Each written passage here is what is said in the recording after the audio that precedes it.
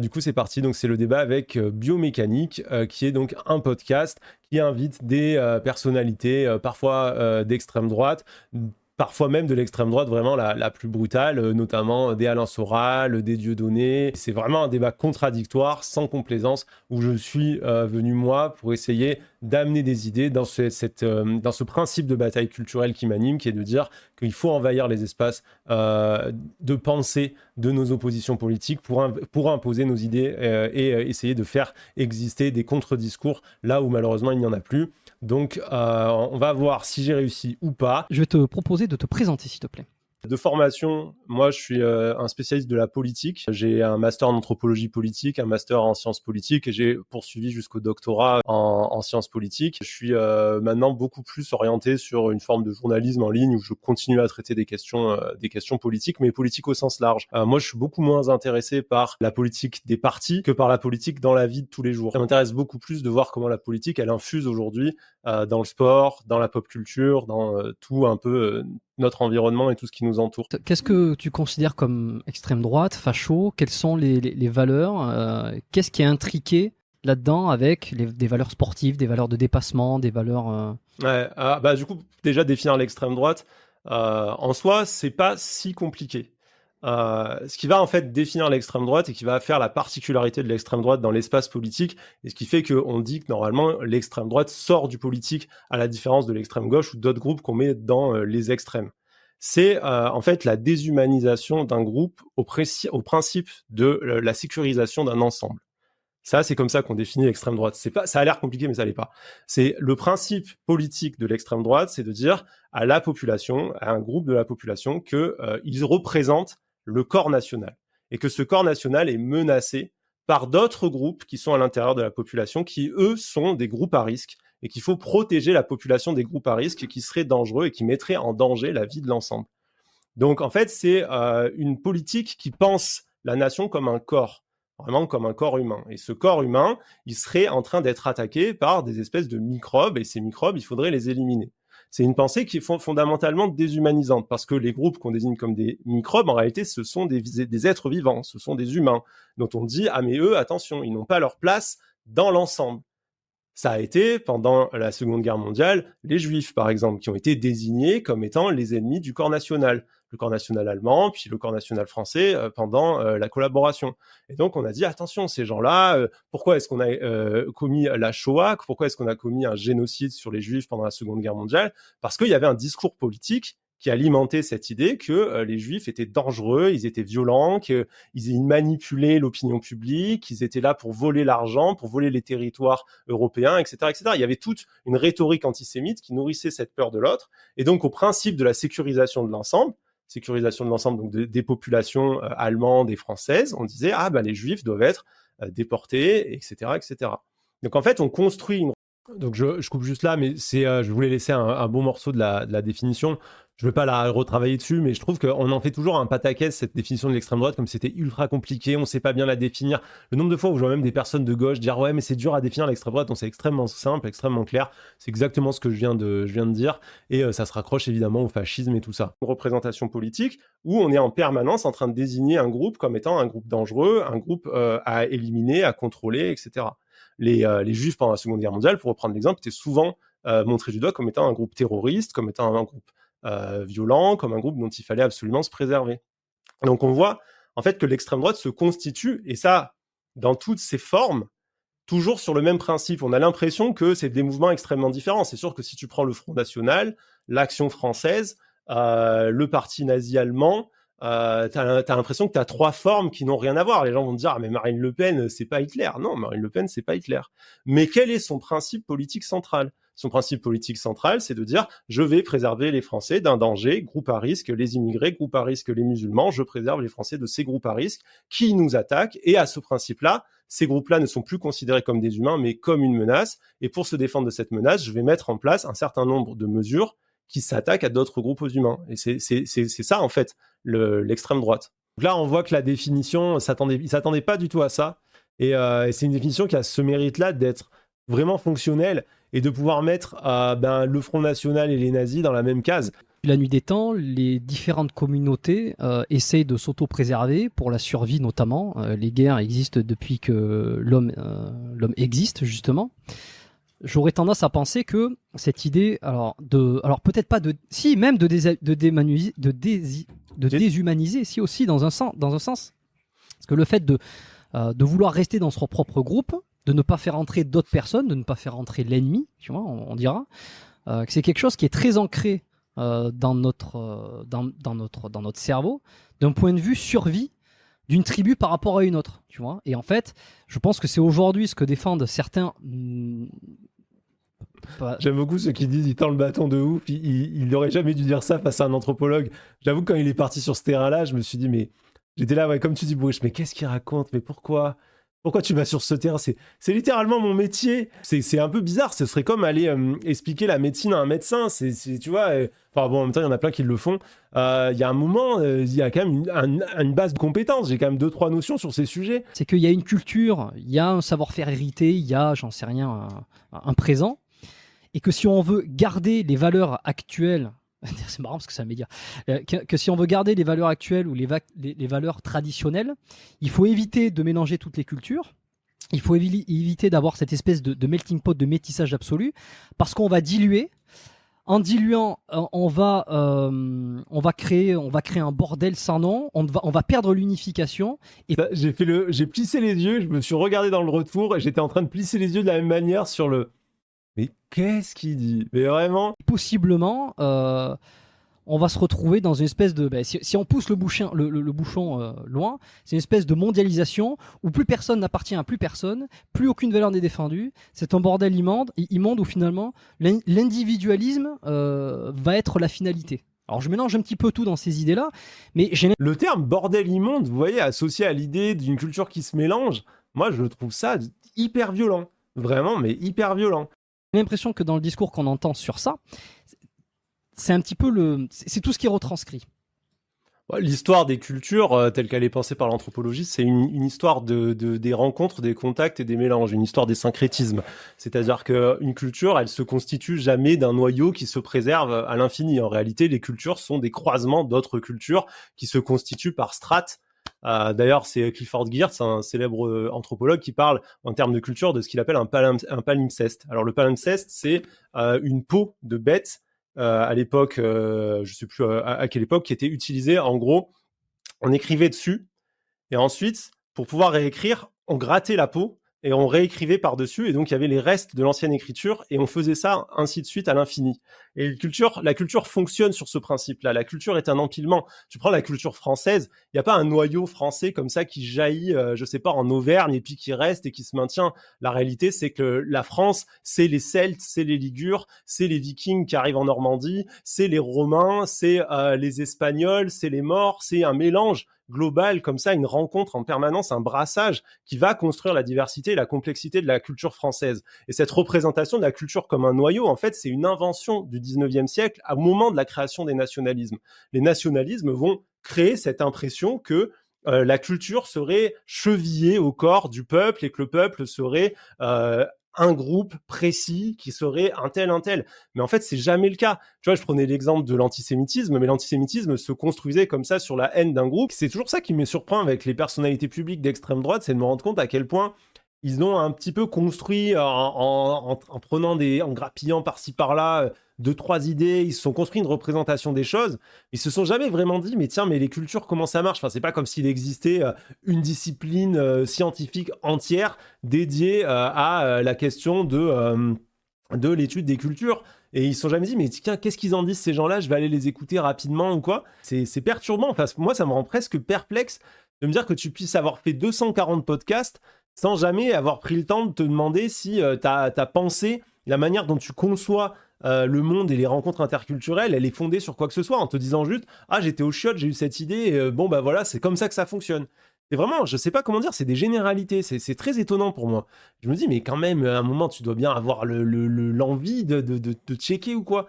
Et je me dis, il y a aussi une posture qui est une posture sociale, et c'est pas pour rien, je pense que c'est des mecs qui ont souvent un petit peu un parcours social qui est un peu toujours le même, classe moyenne supérieure, blancs, qui sont pas des types qui ont forcément trop connu justement des milieux où les gens galéraient, des difficultés sociales et tout, et qui ont fini par se convaincre que leur manière de penser était je sais pas comment dire, brillante, particulière, et là où en fait ils sont juste en train de se répéter les uns les autres et surtout de dire des trucs qui sont fondés sur rien. Tu vois, je prenais l'exemple de l'antisémitisme, mais l'antisémitisme se construisait comme ça sur la haine d'un groupe qui vivait en réalité en France depuis des siècles et des siècles et des siècles. Les Juifs vivaient en France depuis extrêmement longtemps.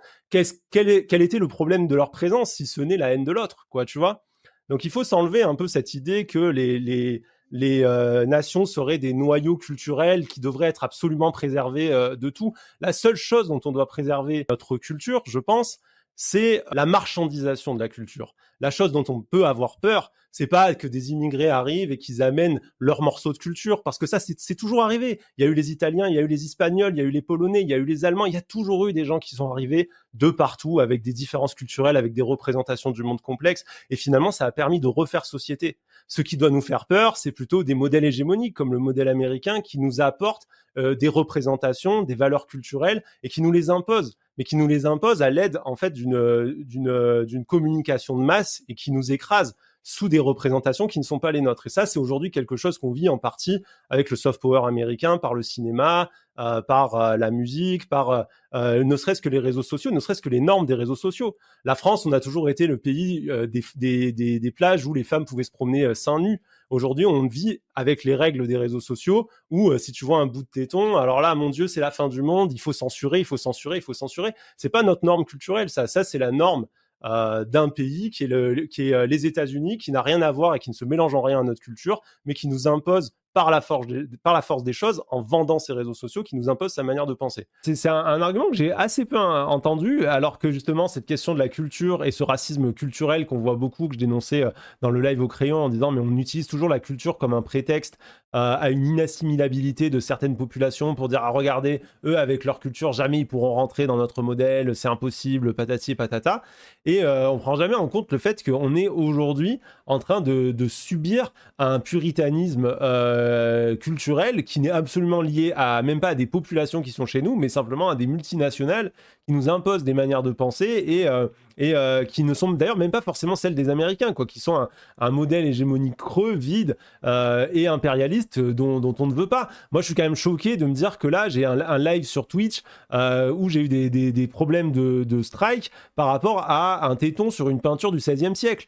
Je me dis, mais c'est pas possible, c'est pas possible. S'il y a une préservation culturelle à faire, c'est celle de cette marchandisation. Par contre, sur la rencontre entre cultures, sur le brassage culturel, bah, c'est l'histoire du monde. C'est quoi un facho, du coup? Un facho. Là, c'est trop drôle, pardon, parce que j'ai fait un énorme tunnel entre-temps, mais on est à un moment où, tu vois, le gars, il me pose sa question, je lui donne une réponse au cordeau, et là, il n'y a même pas une tentative de justification, de réponse, de contrer le truc et tout. C'est tout de suite, c'est en mode, c'est quoi un facho? Et on part sur autre chose. Ben moi, je pense que le terme facho, faut pas le rejeter. Moi, je m'en sers et je l'ai utilisé plusieurs fois parce que je ne suis pas d'accord pour que des gens qui sont liés à des mouvements violents, qui commettent des agressions racistes, discriminantes et brutales, puissent se cacher derrière des identités qui ont l'air plutôt lisses, plutôt acceptables, par exemple en disant « Ah non, non, nous on n'est pas violents, on n'est pas dangereux, on est des identitaires. Nous, on n'est pas des mecs qui commettent des attentats, etc. etc.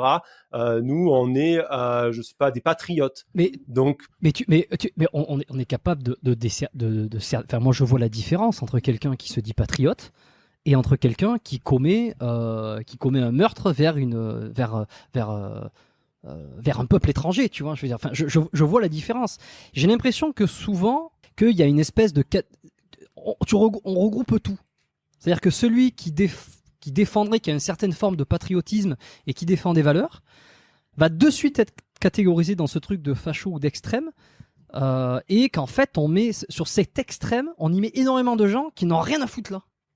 Alors moi, je regroupe pas. Je dirais que c'est plutôt l'extrême droite qui regroupe d'elle-même. Il faut comprendre qu'en France, on a créé un vocable qui est le vocable ultra-droite, qui a beaucoup navigué et qui a parfois donné l'impression qu'il y avait une espèce de fracture nette entre, d'un côté, les partis politiques et une espèce d'espace institutionnel de la politique d'extrême droite, Marine Le Pen, Éric Zemmour, qui seraient des gens respectables pour lesquels on pourrait voter, qui porteraient une idéologie plutôt identitaire, plutôt patriote, et de l'autre, l'ultra-droite, qui seraient des groupuscules violents, qui commettraient des agressions, des attentats, qui prépareraient des attaques sur des manifestations, des librairies, etc., etc.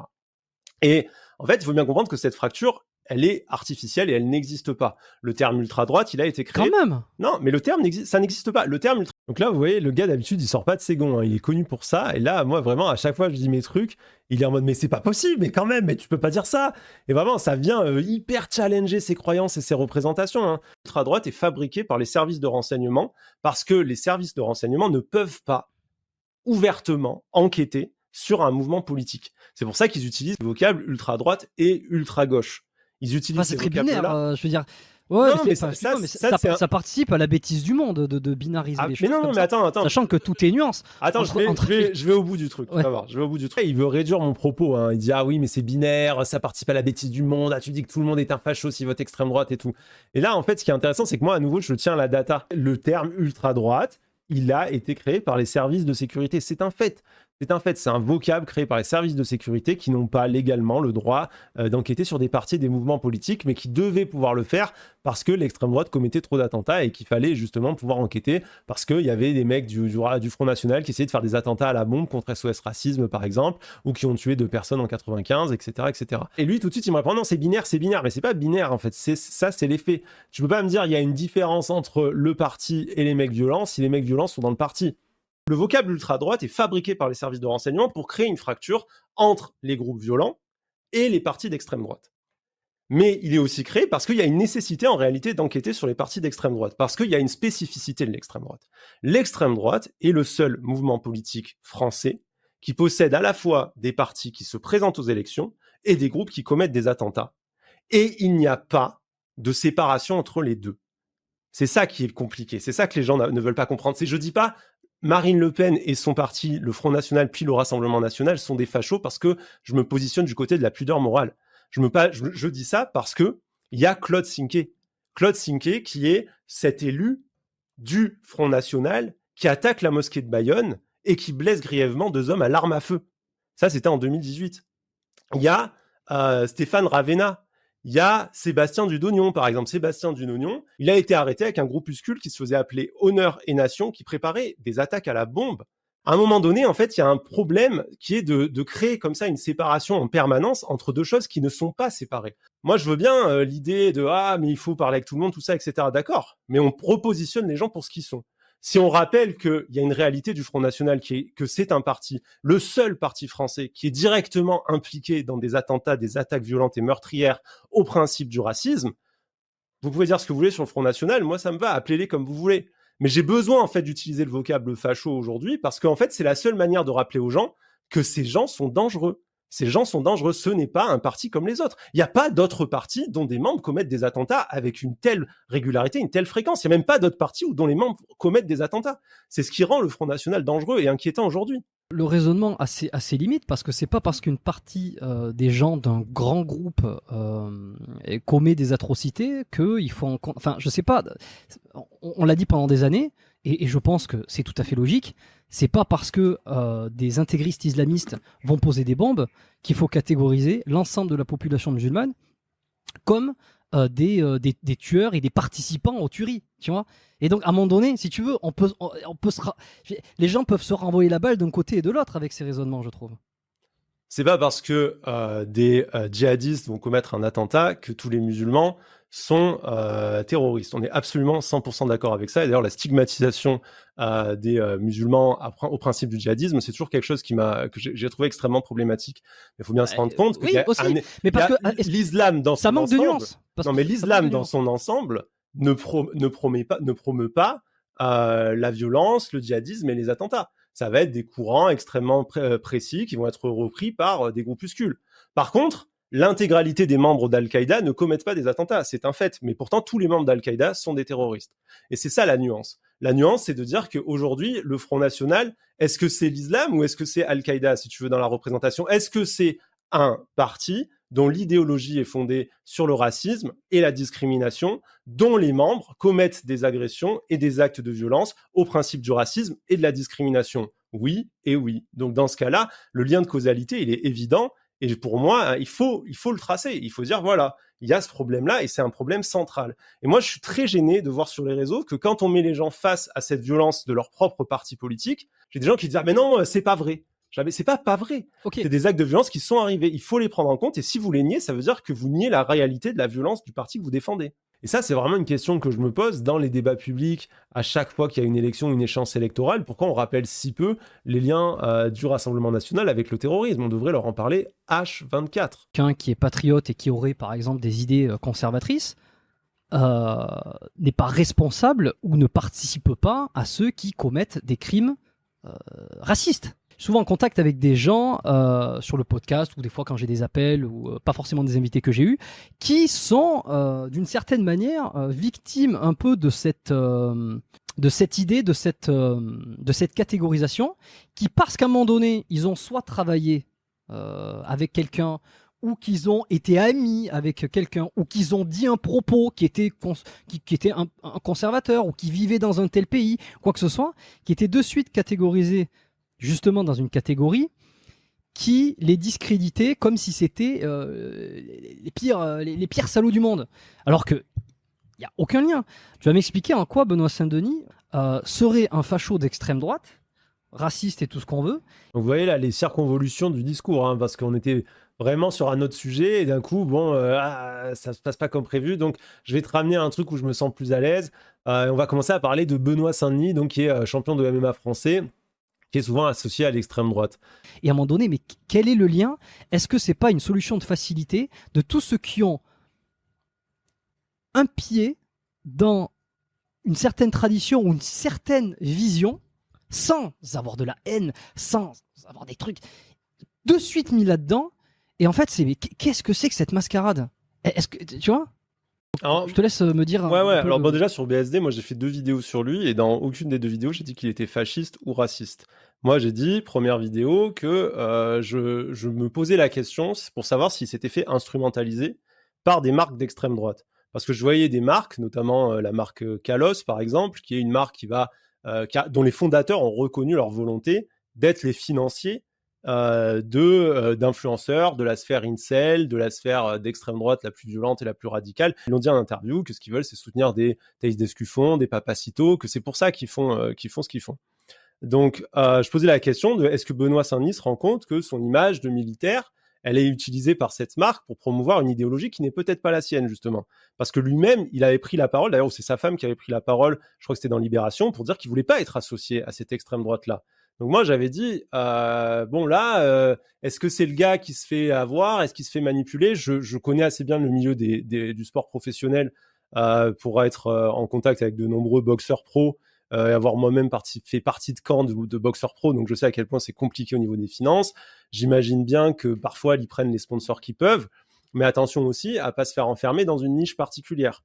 Et le problème de son dernier combat, c'est que non seulement le sponsor Kalos y est toujours, mais on rajoute Raptor, on rajoute Raptor Nutrition, on rajoute Terre de France, on rajoute tu vois, pas mal de sponsors où tu dis, bon, c'est quand même associé à des gens qui sont positionnés, en tout cas par la majorité des médias, plutôt à l'extrême droite. Est-ce qu'il n'y a pas moyen, maintenant qu'on est Benoît Saint-Denis, qu'il a atteint ce statut, cette importance-là, est-ce qu'il n'y a pas moyen d'avoir d'autres sponsors, ou est-ce que justement ça fait partie d'une représentation d'une conviction globale? Honnêtement, pour le cas Benoît Saint-Denis, moi je peux pas trancher. Je n'ai pas les informations.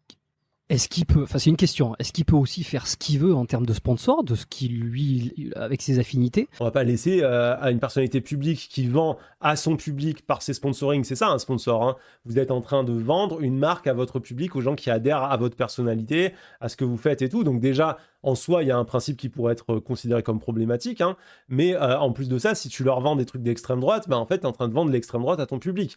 Donc, à un moment donné, il y a une responsabilité et elle doit être assumée. Il faut poser cette question. Pour Qu'il toi, assume, c'est oui. un problème de défendre ses idées. En quoi ça serait un problème de défendre C'est ses un idées? problème à partir du moment où c'est des idées qui promeuvent la haine de l'autre. Tu demandais tout à l'heure, mais à la fin, est-ce qu'on peut pas À être quel moment on considère que... est-ce qu'on peut pas être patriote et est-ce que finalement ne rien avoir à faire avec les passages à l'acte violent, etc.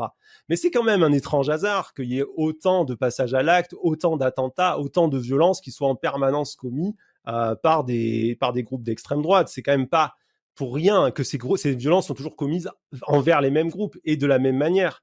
C'est qu'à un moment donné, l'idéologie produit quelque chose. Le discours n'est pas vide. Le discours politique est ce qu'on appelle un discours performatif. C'est un discours qui a des effets et qui produit quelque chose dans la société. Et le discours d'extrême droite, il fabrique quelque chose. Quand on est en permanence en train de dire « Ah là là, mais il y a de plus en plus d'insécurité en France, mais c'est ingérable. Et cette insécurité, elle est liée à tel groupe, tel groupe, tel groupe. C'est eux qui sont dangereux pour vous. » Non seulement on fait un groupe à risque, mais on désigne une cible. On dit, voilà qui sont vos adversaires, voilà qui sont les gens qui vous agressent tous les jours, voilà contre qui il faut lutter. Et il y a des gens qui prennent ça très au sérieux. Alors, aujourd'hui, les services de renseignement appellent parfois ça les accélérationnistes, mais ça a toujours existé. En réalité, ce sont des gens qui se disent, ah mais oui, ce groupe-là, il s'en prend à moi, ce groupe-là, il s'en prend à ma famille, c'est leur faute s'il y a Lola, c'est leur faute s'il y a eu ci, c'est leur faute s'il y a eu ça. Ils ont une vue qui est complètement cassée par le prisme du racisme. Et ces gens-là, ils vont passer à l'acte d'une manière brutale. Ils vont tuer des gens. C'est ça le problème. C'est que il y a Ibrahim Ali qui s'est pris des balles dans le dos, quoi, si tu veux. C'est qu'il y a Martine Aramburu qui s'est fait tuer en plein Paris suite à une altercation raciste. C'est qu'il y a William Mallet en France, c'était en 2022, ça. C'est en 2022, la veille de Noël, William Mallet qui sort un putain de flingue et qui tue 3 personnes en plein Paris. Quand on l'arrête, il dit qu'il voulait s'en prendre à des immigrés et il dit qu'il a voulu faire un attentat. Tu vois, on a un moment, il faut faire le lien. On peut pas faire comme si le discours n'avait pas d'impact. La politique a un impact sur vos vies. La politique construit et fabrique quelque chose. Aujourd'hui, la politique d'extrême droite est en train de construire du racisme et est en train de pousser des individus à basculer dans la violence. Ça, c'est un fait. C'est un fait.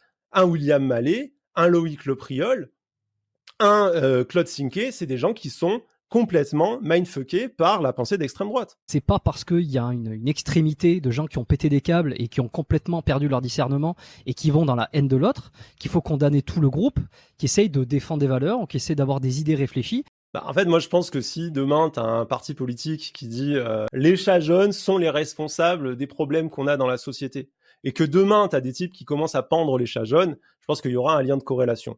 Et je pense qu'il y a eu des liens de corrélation à gauche entre des passages à l'acte violent et des discours politiques. Et qu'aujourd'hui, la gauche a largement euphémisé ces discours et que c'est pour ça qu'aujourd'hui, il n'y a plus d'attentats de gauche depuis très longtemps. Enfin, je pense que les derniers représentants, ça doit être Action Directe. Ça commence à remonter à 40 ans, quoi. Mais l'extrême droite, c'est pas le cas. Il n'y a pas de rupture. Il n'y a pas de rupture. Et du coup, on voit toujours le schéma se répéter. Marine Le Pen, elle prend la tête du Front National en 2011. Jusqu'en 2022, il y a des mecs du GUD qui sont avec elle. Le GUD, c'est un groupuscule d'extrême droite extrêmement violent, lié à vraiment beaucoup d'affaires d'agression, et qui fait partie du GUD, Loïc Lepriol. Loïc Lepriol, c'est ce type qui va assassiner Martine Aramburu en plein Paris en 2022. Eh bien, il y a une enquête de Marianne qui démontre que si Loïc Lepriol était dehors au moment de l'assassinat, c'est parce qu'il avait été libéré sous caution, une caution de 25 000 €. Et Marianne dit qu'il y a des soupçons, en tout cas, il y a une enquête ouverte par le parquet, comme quoi cet argent aurait été versé par des proches de Marine Le Pen, qui sont justement ces anciens du GUD dont je parlais tout à l'heure, qui sont surnommés la GUD Connexion. Donc ces gens ont payé pour faire libérer Loïc Lepriol. Loïc Lepriol, qui à ce moment-là avait été arrêté pour une affaire de torture. Il avait torturé des gens. Et Loïc Lepriol, une fois en liberté, a buté, ça on en est certain, Martine Aramburu. Non seulement il y a du terrorisme, non seulement il y a des liens extrêmement nets entre le terrorisme et les partis, mais en plus de dire... Comment est-ce que vous pouvez prétendre que ces partis ont changé, qu'ils ont pris en compte ces problèmes, qu'ils sont capables aujourd'hui de ne plus retomber dans ces travers-là, quand ils en ont jamais parlé, qu'ils font comme si ça n'existait pas? Ça veut dire qu'à partir de ce moment-là, il y a tacitement un souci, c'est-à-dire qu'ils laissent ça exister dans leur parti sans même se positionner, ne serait-ce que pour dire on reconnaît notre responsabilité, c'est grave, mais not all facho, quoi. Ils en sont même pas à ça. Ils arrivent à être dans une position aujourd'hui, le Rassemblement National, où ils peuvent juste faire comme si ça n'existait pas. Oh non, aucun souci, pas de problème de notre côté. Est-ce que dire que, par exemple, l'immigration, l'immigration de masse pourrait représenter un problème d'un point de vue démographique au niveau de la nation, au niveau de la France, au niveau démographique, que ça pourrait avoir des impacts économiques, qu'il faudrait la réguler un petit peu plus, qu'il faudrait trouver peut-être des moyens de meilleure assimilation pour éviter qu'il y ait moins de clivage entre les communautés, moins de clivage entre ceux qui arrivent, entre ceux qui accueillent, etc. etc. Et moi, j'entends beaucoup ce discours sur la subversion migratoire, mais où est-elle, cette subversion où est-il ce tsunami migratoire? Les données de l'INSEE, elles sont d'une clarté sur la question, c'est chaud. Le regroupement familial, c'est 1974.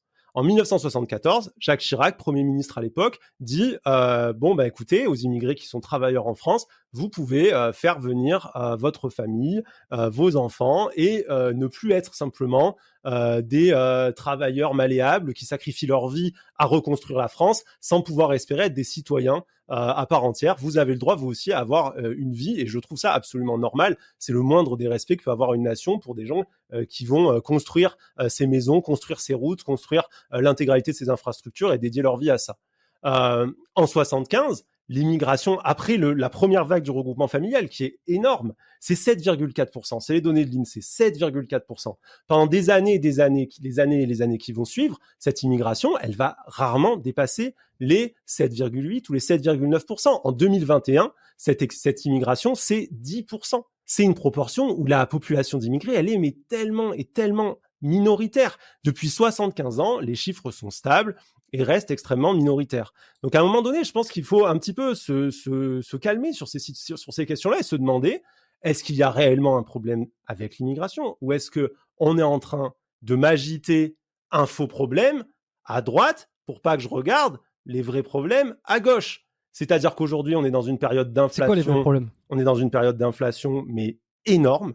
Le prix des choses a explosé. Cette inflation, elle n'est pas causée uniquement par la guerre avec la Russie ou le Covid. Il y a un rapport du FMI, on n'accusera pas le FMI d'être de gauche, qui est sorti sur l'inflation, qui dit qu'un tiers de l'inflation est produit artificiellement par les marchés. En gros, si les prix dans ton magasin augmentent aussi fort actuellement, c'est parce que à un moment donné, les mecs se sont dit, cool, il y a de l'inflation, je vais monter tous les prix de 2 euros, comme ça je me fais de la marge. C'est marrant, mais ils nous renvoient toujours au fait que la gauche, on est des gens irréalistes à côté de la plaque.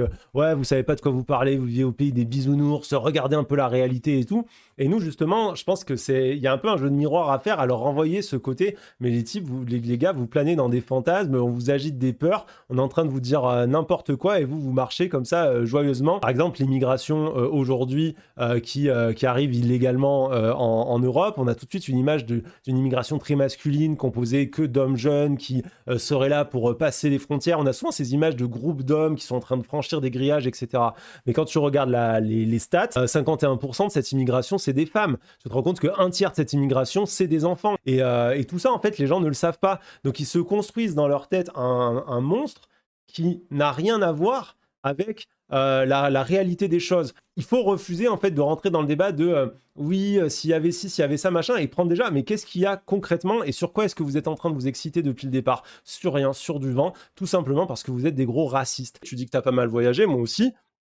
Je trouvais l'hôpital public comme étant une grande invention, personnellement. Je trouve que pouvoir être malade et avoir un cancer et être soigné d'un bout à l'autre sans devoir vendre ta baraque, que c'est quand même plutôt un bon truc. On y passera tous au cancer, on y passera tous à la grande maladie. Ça, pour moi, ça dépasse la gauche et la droite. C'est un principe de société. Est-ce que ça fait pas, en contrepartie, aussi des gens qui se déresponsabilisent totalement d'une certaine de leur santé, des conséquences que ce qu'ils vont mettre dans leur assiette? C'est ouf, en fait, à chaque fois qu'on va sur un sujet, à quel point il prend toujours la tech de droite la plus dégueu, quoi. Vraiment, c'est chaud, hein. C'est vraiment, tu lui parles du système de santé, c'est oui, et les gens, c'est des assistés, ils sont déresponsabilisés, ils font n'importe quoi et tout. Le fait de tout se déresponsabiliser, de mettre tout à l'État, dans un sens, est-ce que ça fait pas des gens qui ne sont plus responsables de rien?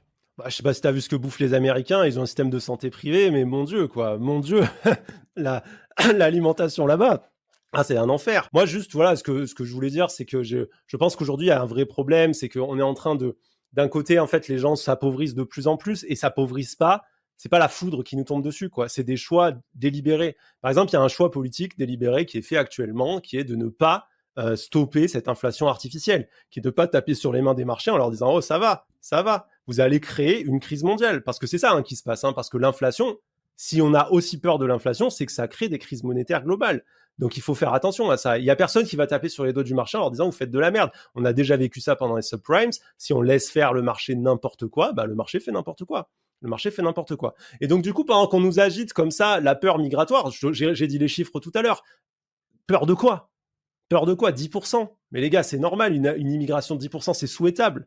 C'est souhaitable d'avoir une immigration dans un pays. Il y a beaucoup d'immigration qui n'apporte rien économiquement au pays. Bon, ça c'est faux. En France, en tout cas, c'est faux. Les immigrés sont bénéficiaires. C'est-à-dire que les immigrés, en France, rapportent plus d'argent qu'ils n'en coûtent. Globalement, tout le monde est d'accord. Il n'y a absolument aucun doute sur les chiffres à ce niveau-là. Quand même un gouffre entre ceux qui sont dans la haine de l'autre, de l'étranger, de celui qui est hors de la communauté, si on peut appeler ça, et ceux qui simplement défendent une certaine idée du conservatisme, une certaine idée d'une tradition, d'une vision. Je pense qu'il y a un gouffre, et je pense que de la même façon, les extrémistes ne sont pas le groupe entier. Voilà. Alors, je sais que dans l'idée, toi, tu dis que ça participe à alimenter ce flux d'extrémistes. Moi, je trouve que ça dessert le discours presque. Allez dire, ah oui, non, mais attendez, c'est pas parce qu'on vote extrême droite qu'on est tous racistes, patati patata, mais à un moment donné, je pense que ça fait aussi partie de notre responsabilité, d'ailleurs, actuellement, de renvoyer le vote à l'extrême droite, à un vote raciste, et d'arrêter de dédouaner ça sur le mode du c'est un vote contestataire, c'est un vote de rupture, ou je sais pas quoi, c'est plus un vote de rupture. Peut-être que les personnes qui ont voté pour Le Pen à l'époque, Jean-Marie Le Pen, je veux dire, lors de son face-à-face avec Chirac, il y avait une forme de rupture avec quelque chose, un vote contestataire ou je ne sais quoi. Maintenant, c'est pas ça, c'est un vote d'adhésion, adhésion à une idéologie, à des propositions politiques, dont des propositions politiques qui sont profondément racistes et inhumaines. Quand tu votes pour Jordan Bardella ne se cache pas de ses intentions sur ses mesures de pushback, sur son idée de double frontière, qui sont des mesures, donc je le redis, qui sont contraires aux droits de l'homme, contraires à la Convention de Genève. Moi, je trouve que ça dessert le discours presque. Ça desservirait le discours, tu vois. Moi, j'ai envie que les gens ils se rendent compte qu'il y a un danger. Je veux que les gens se rendent compte qu'il y a un danger, que c'est pas un vote ordinaire, le vote extrême droite, que les partis d'extrême droite sont pas ordinaires. Maintenant, il y a une phrase de Romain Gary que j'aime beaucoup qui dit « Le patriotisme, c'est l'amour des siens, le nationalisme, c'est la haine de l'autre ». Et aux gens qui se pensent patriotes, j'ai envie de leur qu'ils se demandent à eux-mêmes, sont-ils du côté de l'amour des leurs ou du côté de la haine de l'autre? Et s'ils se rendent compte que leur activité principale, c'est bien plus de s'inquiéter de l'arrivée de tel groupe, des migrants, de ci, de ça, etc., c'est qu'ils sont probablement passés du mauvais côté de la barrière. Le danger, c'est la haine de l'autre. Parce que la haine de l'autre, c'est une impasse dont on connaît très, très bien. J'ai l'impression de citer Jacques Chirac en 2007 dans son discours d'adieu à l'Élysée, mais c'est quelque chose qu'il avait dit avant de partir. On connaît les impasses du nationalisme, on sait où ça nous a mené. Ça nous mène toujours au même endroit. Ça nous mène à la guerre, ça nous mène à la mise à mort, ça nous mène au massacre, au fascisme. On ne veut pas aller là-dedans. Moi, je pense que la plupart des gens, de bonne foi, n'ont aucune envie d'aller là-dedans. Pas se laisser enfumer par des discours extrémistes et tomber là-dedans, 100% d'accord. Mais tu vois, de la même manière, c'est pas parce que tu défends. Enfin, c'est toujours ce truc qui va catégoriser dans une extrême absolue qui, moi, je trouve, me gêne. De la même façon, c'est pas parce que tu défends une relation homme-femme un peu traditionnelle que ça fait de toi un masculiniste misogyne prêt à tuer des femmes. C'est de la même façon, c'est pas parce qu'une femme veut pouvoir se balader en jupe tranquillement dans la rue et travailler et avoir sa propre carrière que ça en fait une féministe complètement starbée qui est prête à flinguer les hommes et qui dit, tu vois, il y a tout ce truc qui fait qu'à un moment donné, c'est marrant de mettre en rapport l'extrême droite qui tue des gens concrètement et les féministes complètement starbées prêtes à tuer des hommes. On rappelle qu'à ce jour, aucune féministe n'a jamais tué personne. Enfin, en tout cas, c'est vraiment des cas très, très isolés dans l'histoire et très, très éloignés. Actuellement, en France, les activistes féministes qui tuent des gens, il n'y en a pas. Par contre, des féminicides, il y en a un sacré paquet. Et c'est intéressant de voir comment la représentation, elle met la violence comme si c'était des violences équivalentes. Comme quand on dit « Ah oui, mais les fascistes et les antifas, c'est la même chose ». Alors qu'on se rend compte que concrètement, il y a un côté de l'extrême droite qui assassine régulièrement et avec constance depuis bientôt 40 ans. De l'autre, pas grand-chose. Et on en fait, lui c'est le bien, lui c'est le mal, mais c'est pas comme ça que ça marche. En fait, je dirais que j'ai oui et non. Je pense qu'il y a des individus à nuancer. Moi, il y a des choses sur lesquelles j'appelle régulièrement ma communauté à faire attention à ça, à pas dire facho de quelqu'un juste parce que, par exemple, Benoît Saint-Denis, il y a plein de gens qui m'ont dit « Mais pourquoi tu dis pas que c'est un facho ? C'est clair que c'est un facho, il a Jeanne d'Arc tatouée. » Je dis, ah, bah écoute, tu peux avoir Jeanne Non, d'Arc mais tatouée. c'est quoi ce Tu vois. raccourci? Non, mais Mais moi, parce c'est ça qui me parce gêne. Je me que dis, c'est des gens qui subissent beaucoup aussi, il faut se rendre compte sur les réseaux, de harcèlement, le harcèlement très brutal de petits groupes d'extrême droite qui sont très virulents. Moi, je le vis tous les jours, tu vois, c'est énormément de menaces de mort. Je sais pas combien de menaces de mort tu as reçues pour ton podcast, mais moi, je pense que j'en reçois Non, mais 10 j'en par reçois jour. pas. Déjà, les mais gens tu qui vois la écoutent le différence. podcast pendant plus de 2 heures, généralement, c'est des gens qui sont capables de faire ce travail-là ou alors qui ont été Mais habitués c'est pas à ne ces pas gens-là. tomber là-dedans. Moi, c'est pas les gens qui me suivent qui me menacent de mort, c'est les autres. C'est-à-dire, c'est comme, c'est toi, la gauche ne va pas venir te menacer de mort, mais moi, l'extrême droite vient me menacer de mort tous les jours. Tous les jours, c'est des messages. On va te retrouver, on va te défigurer, on va violer ta famille, ta sœur, machin et tout. Tous les jours, c'est ça. Et du coup, bah, quand tu vis ça tous les jours, ça a tendance un petit peu à finir par crisper les gens. Ce que je trouve hyper intéressant dans cet échange, et ça, je m'y attendais pas, c'est qu'ils me disent qu'il reçoit aucune menace. En fait, moi, dans ma tête, à ce moment-là, il y avait quand même un truc où je me disais, bon, il a quand même forcément dû recevoir 2-3 menaces. En fait, nous, la réalité, c'est qu'on menace pas les gens. En fait, la gauche, on peut dire ce qu'on veut, on peut nous caricaturer, dire tout ce qu'on veut, on ne menace pas les gens de mort.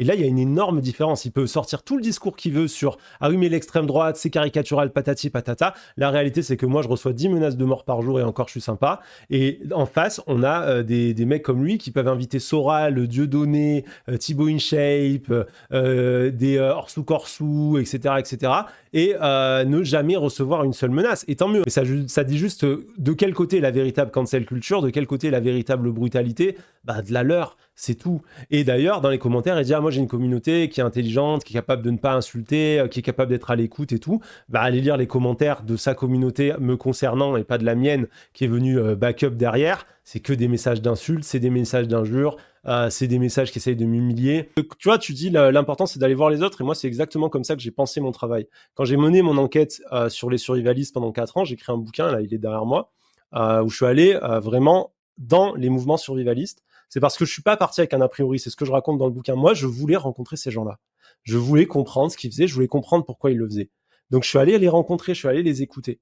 C'est hyper important. J'ai pas fait ça pendant 2 minutes. J'ai pas fait ça comme un journaliste. J'ai fait ça pendant 4 ans.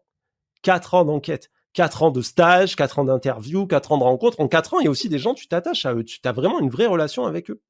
Mais il n'empêche qu'à un moment donné, il y a un constat.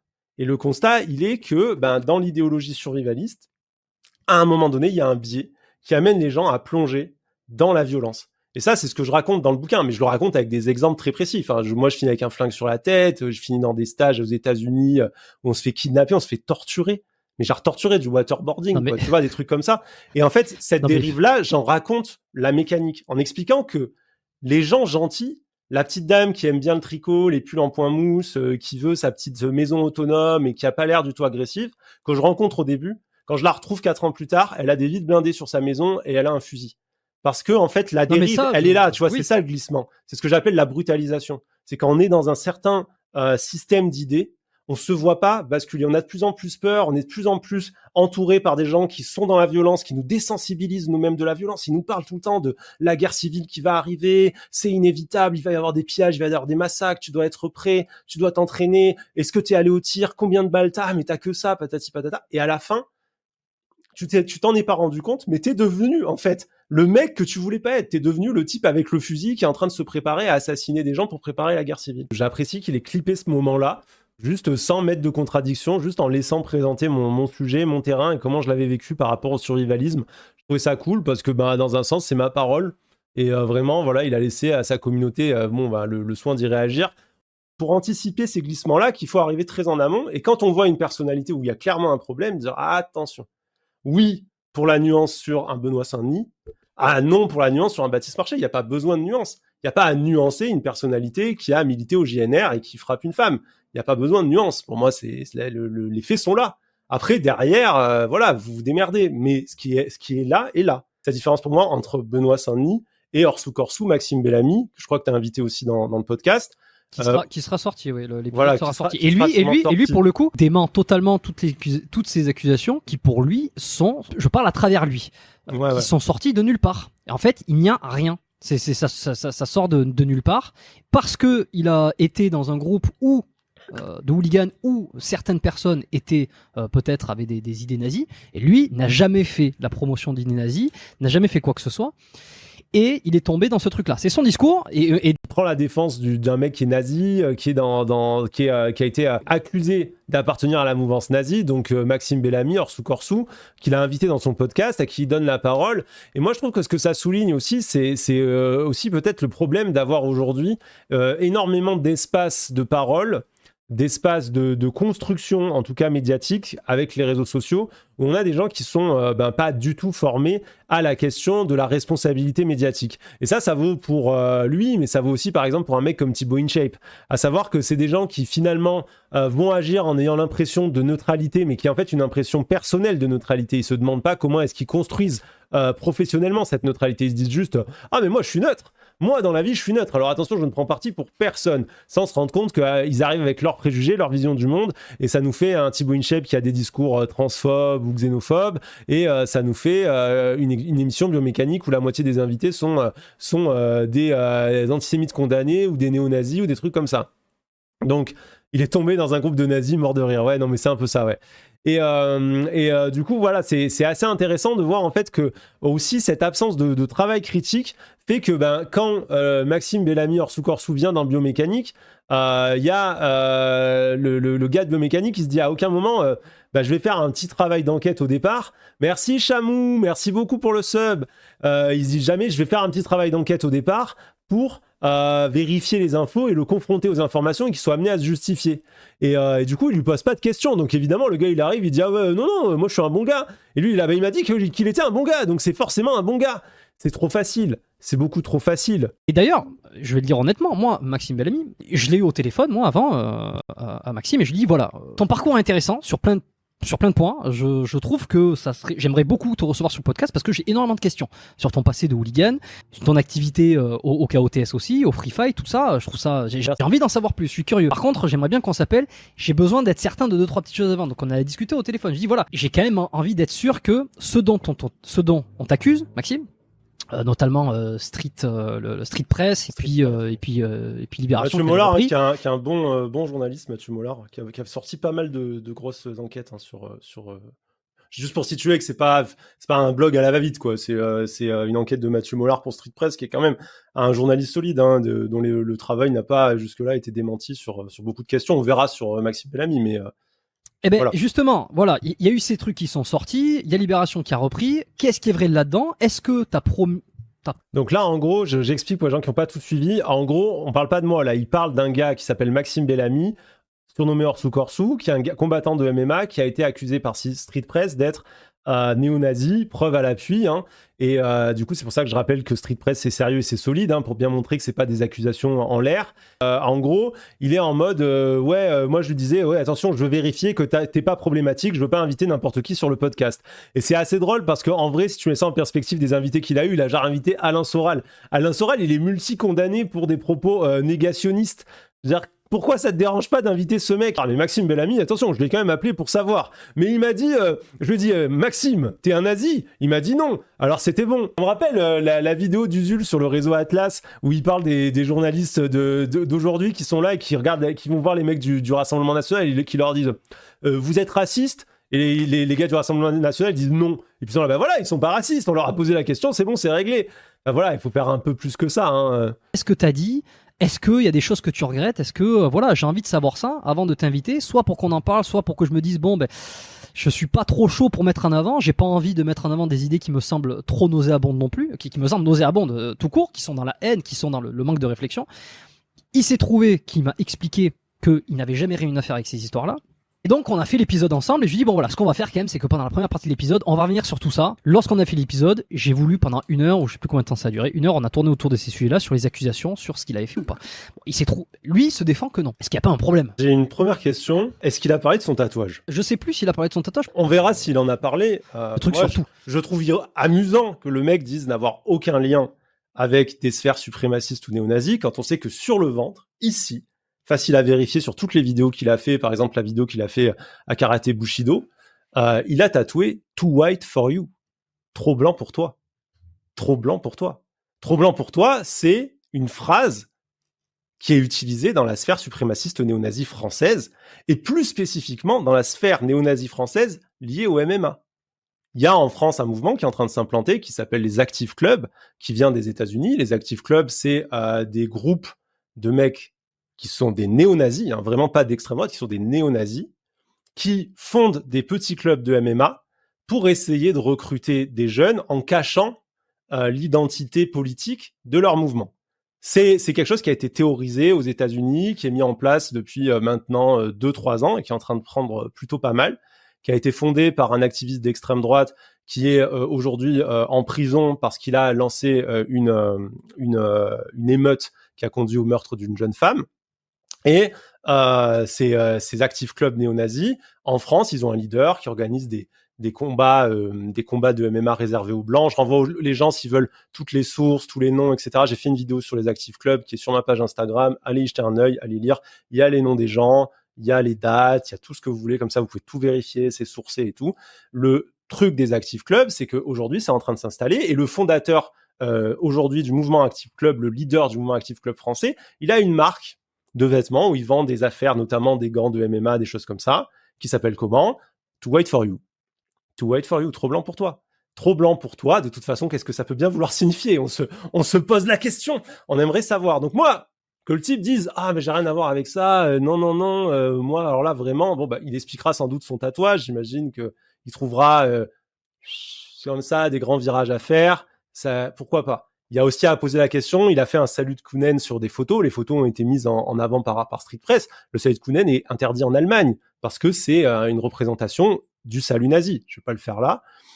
Donc je laisse les gens chercher à nouveau, se faire leur opinion. Donc tu fais pas ça par hasard. Le type est proche de l'Action française. Il a participé à des manifs avec l'Action française, il me semble. Donc bon, là, je fais un gros récapitulatif de tout ce qui va pas avec ce type. C'est vraiment intéressant parce que on voit que lui, il arrive en mode oui, non, mais je lui ai posé les questions, on en a bien parlé, etc. Mais enfin, manifestement, vous avez parlé de rien parce qu'aucun des points que j'évoque ne semble avoir été posé. Je me demande si t'as rien à voir avec des mouvements comme d'extrême droite, liés des groupes néo-nazis, etc. Qu'est-ce que tu vas foutre avec des gars de l'Action française? L'Action française, je le rappelle, est un mouvement antisémite depuis sa création jusqu'à aujourd'hui. L'Action française est fondée sur la notion d'antisémitisme. C'est les représentants de l'Action française qui vont créer la notion d'antisémitisme d'État. Pendant la collaboration, il va y avoir 3 commissaires aux questions juives sous le régime de Vichy qui vont largement participer à la stigmatisation et aux violences envers les juifs en France. Ils vont tous être proche ou membre de l'Action française, et le mec qui va refonder l'Action française après la Seconde Guerre mondiale, qui va relancer l'Action française, c'est un ancien haut commissaire aux questions juives du régime de Vichy. Donc c'est te dire à quel point ces gens ne se sont jamais coupés de l'antisémitisme. Qu'est-ce que tu vas foutre avec ces gens-là si, soi-disant, tu n'as rien à voir avec des pensées néo-nazis et tout. Donc moi, quand je vois le dossier et les preuves avancées par les journalistes, j'ai du mal à voir comment ça va se passer correctement au procès. Après, les procès en diffamation, parfois, ça a plus à voir avec l'impact sur une image publique, des choses comme ça, qu'avec la véracité ou non des faits. Donc ça, on verra comment le procès va se dérouler. Mais pour quelle raison quelqu'un qui, alors lui ou d'autres, on n'est pas forcément sur lui, qui aurait ces idées-là, qui en plus se le ferait tatouer, pour quelle raison il n'assumerait pas? Et c'est ça un petit peu que j'ai du mal à comprendre. Il y a quelque chose qui me semble incohérent là-dedans. Non, c'est pas du tout incohérent, c'est le principe de la séduction politique. En politique, on n'arrive pas en annonçant... Si t'es convaincu de quelque chose, en général, tu le dis. Sauf en politique, c'est le principe de la langue de bois. Les politiciens, en politique, les groupes politiques n'annoncent pas la couleur, et particulièrement les groupes politiques extrémistes. Le principe des Active Clubs, la création des Active Clubs, qui sont ces groupes néo-nazis liés au MMA, là, dont je parlais tout à l'heure, c'est précisément de dissimuler leur intention. Comment ça s'est fondé? Ça s'est fondé que les types se sont rendus compte que recruter des jeunes en étant juste des groupes de skins néo-nazis, crâne rasé, bombers, Doc Martin, ça marche plus. Ça marche plus parce que l'air de rien, les jeunes, ils ont quand même fini par entendre que ces gens-là, ça pue. Le fondateur des Active Clubs français, c'est un mec qui a quand même agressé un SDF à coups de chaîne parce que le mec était noir. Tu vois, je veux dire, quand on te dit, est-ce que tu veux rejoindre le groupe de néo-nazis, de bidules qui agressent des SDF à coups de chaîne, la plupart des gens vont dire non, je suis pas chaud, machin. Maintenant, on fonde un groupe de MMA à côté de chez toi. On dit mais c'est un peu patriote, nous on est des bons Français, Montjoie Saint-Denis, petit trèfle aux visiteurs, t'as vu patati patata, ça rigole. Oui d'accord, et on t'amène Et on t'amène dans un c'est extrême. comme les sectes. J'entends. C'est comme les sectes. Quand tu vas voir les scientologues, ils te disent pas, on va te couper de ta famille, on va te couper de tes proches, on va prendre ton pognon et on va te remplir la tête de merde. Ils te disent, mais tu vas voir, ça va être super, tu vas rencontrer un groupe, tu vas avoir tu vois, la dérive sectaire, c'est toujours comme ça que ça fonctionne. C'est d'abord, on te présente une façade, la façade bien lisse, bienveillante, sympa, c'est les mecs dans la rue qui sont là, qui distribuent les petits prospectus. Ah, viens avec nous, tu vas voir, c'est cool, on est gentils. Est-ce que tu as déjà entendu parler de machin? Ça, c'est les gens bien. Puis derrière, ça part en couille. Bah là, c'est la même chose. En gros, ces gens-là ne se présentent pas tels qu'ils sont. Et tu dis, il assume jusqu'au tatouage, mais il assume jamais vraiment, Maxime Bellamy. Il porte To Wait For You, mais écrit d'une manière à ce que ce soit compréhensible que par les gens qui sont du milieu ou qui sont des spécialistes du milieu. Il fait pas un salut nazi, il fait un salut de Kounen. Le salut de Kounen, c'est un salut nazi, mais dissimulé. C'est, à chaque fois, il joue sur ce qu'on appelle le dog whistle. Le dog whistle, c'est le sifflet pour chien. C'est, tu sais, les sons qui ne sont audibles que par les chiens. Ben en fait, c'est ça, c'est un signal qui n'est compréhensible que par les gens qui sont déjà du milieu et qui va être raté par les autres. Donc les autres vont voir, le mec badass qui va au KOTS et qui se bagarre à main nue, qu'est-ce qu'il est cool, il est sympa, machin. Le gars qui fait la vidéo cool sur Karaté Bushido et qui parle jamais de son idéologie politique. Les autres qui passent sur sa page Insta, qui sont des fachos, eux, ils vont voir le salut de Kounen, eux, ils vont voir les tatouages, ils vont voir ces trucs-là, ils vont se dire, ah cool, un facho basé, je suis content, lui ça va être mon collègue et je vais le follow. Ils jouent sur tous les tableaux. Donc ça permet à la fois de convertir des nouveaux et en même temps de récupérer les pires, quoi. Alors ma réponse, je trouve, est assez complète. Et puis il faut quand même rappeler qu'on est quand même dans un débat. Je tiens à dire que là, je peux quand même dire beaucoup de choses et que j'ai quand même beaucoup de place pour m'exprimer. J'avais déjà eu une conversation quasiment similaire une fois à Sciences Po avec un chercheur de Sciences Po qui disait un peu la même chose en mode ah non, mais si un politicien il dit ça, c'est que c'est ça. En gros, le discours des politiciens décrit la réalité de leur action. Et moi, j'étais très étonné de ce qu'on enlève l'intentionnalité complètement de l'acteur politique. Mais ça, c'est une représentation qui est quand même partagée par beaucoup plus de gens qu'on le croit. Et nous, à gauche, on a quand même cette croyance en l'intention politique qui est de dire quelqu'un va avoir un discours public et en même temps un niveau d'action qui n'est pas forcément corrélé. Là où on a quand même beaucoup de gens qui sont en mode ouais, le discours est vérité et qui sont en mode mais je tombe des nues que Macron ne fasse pas ce qu'il a dit, alors que nous, ça nous semblait évident. Et d'ailleurs, nous, des fois, sur la question de la politique, je me rappelle encore à Sciences Po avoir eu ce débat-là avec des gens qui disaient que c'était une vision complotiste de dire que, par exemple, ce que je peux expliquer, par exemple, sur le néolibéralisme, dire que les néolibéraux utilisent des discours sécuritaires pour ne pas assumer des bilans économiques et des bilans sociaux comme un cache-misère à des moments opportuns et que finalement, ils jouent avec la peur pour répondre à un calendrier électoral plus qu'autre chose. On m'a déjà dit, mais ça c'est une pensée complotiste, c'est pas vrai, patati patata. Et tu dis, en vrai, ça veut dire quoi? Ça veut dire que vous prenez vraiment le discours au premier degré et c'est tout. Cette manière de penser, je la trouve extrêmement dangereuse, surtout quand on parle de politique. Hein.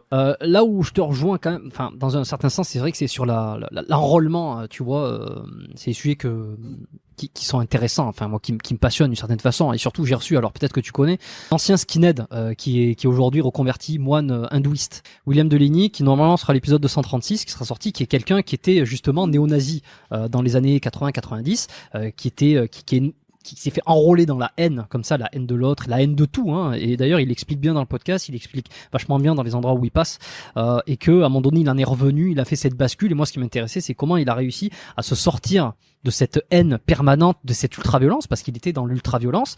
Il raconte des trucs qui sont assez chauds, quoi. Oui. De nazi à bouddhiste, tu gardes un crâne rasé, pourquoi pas?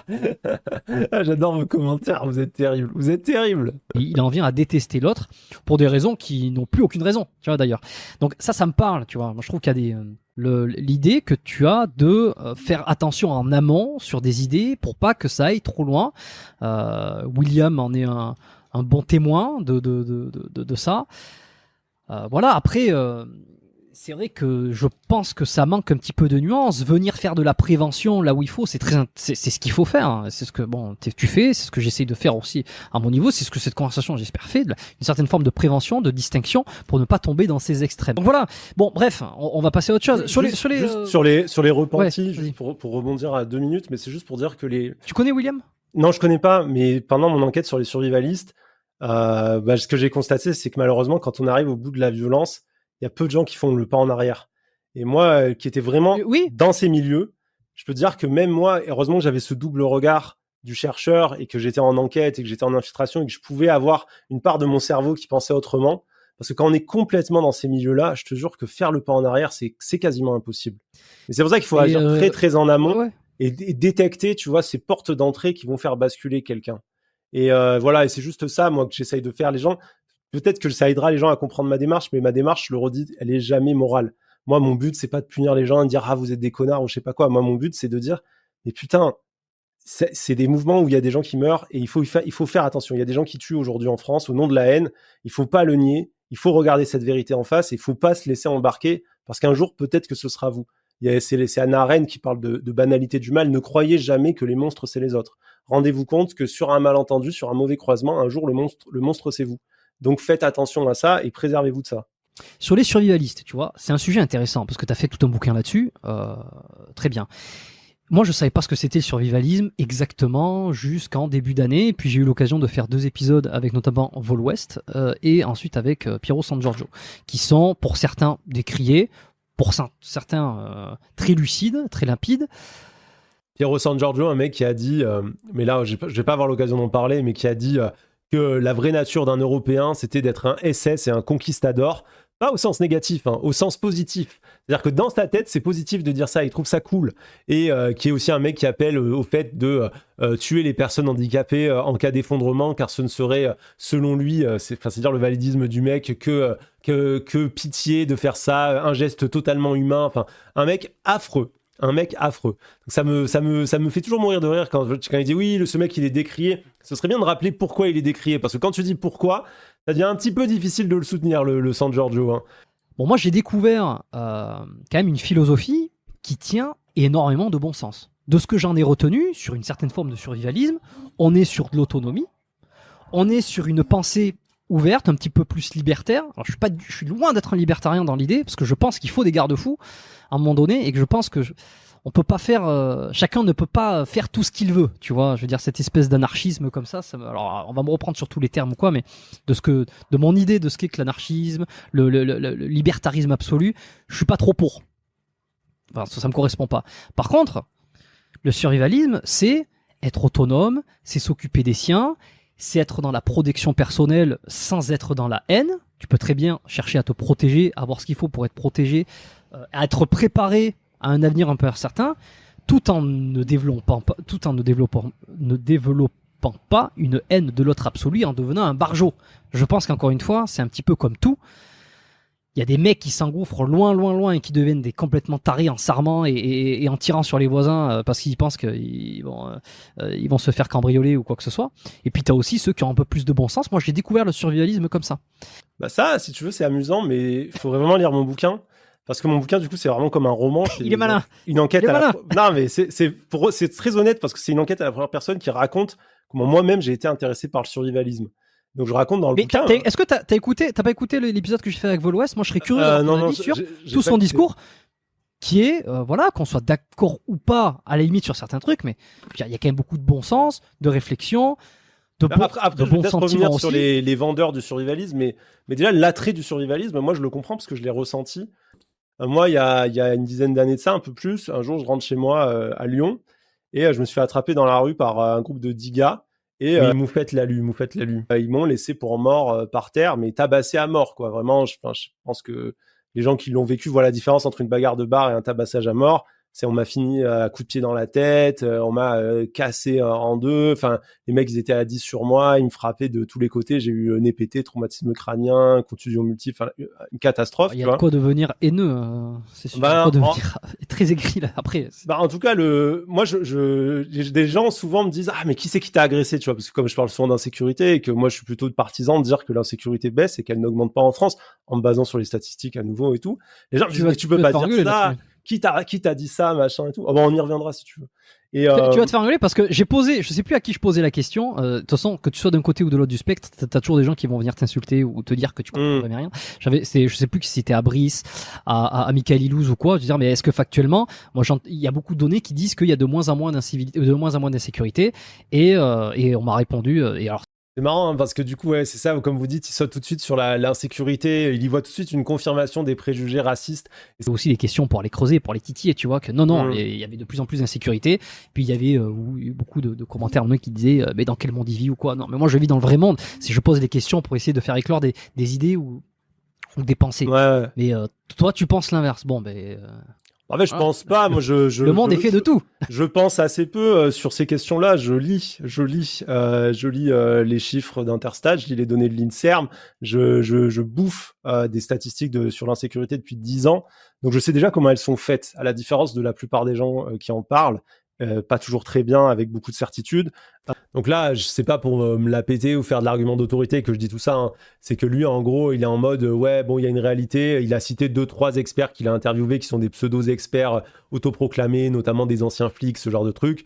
Et il est en mode ouais, voilà, bon, toi, tu dis ça, il faut tout pour faire un monde, mais en mode c'est de la merde. Et là, moi, je reviens en disant voilà, je ne pense pas, je lis. Voilà, j'ai lu les stats, je suis allé vérifier et maintenant, si tu veux qu'on parle de la réalité, let's go. Mais parlons du coup des chiffres produits par les services de sécurité. Sachons comment ils sont faits. C'est hyper important. Et là,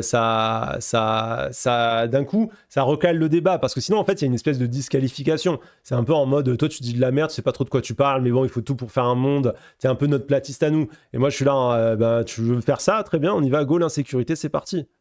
Je sais comment sont faites, par exemple, les données d'Interstat.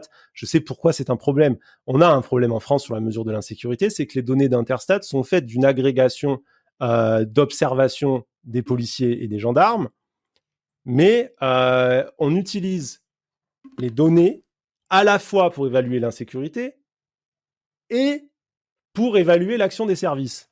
Donc en gros, on utilise les mêmes données pour dire « Ah, il y a une augmentation de l'insécurité » et « Ah, vous avez bien fait ou mal fait votre boulot ». Donc il y a eu un rapport de l'Assemblée nationale sur le sujet, il y a 6 ans de ça, qui sont allés regarder comment c'était fait et qui ont dit « Mais on a un problème.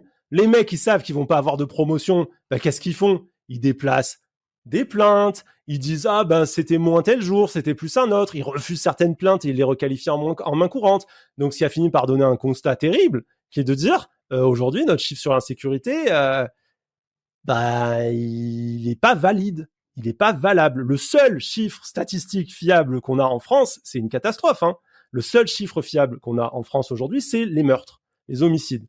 Parce que c'est un chiffre qu'on peut recouper avec les données de l'Inserm. Donc ça, c'est pas mal, l'Inserm, donc il s'occupe tout simplement de compter les corps, quoi.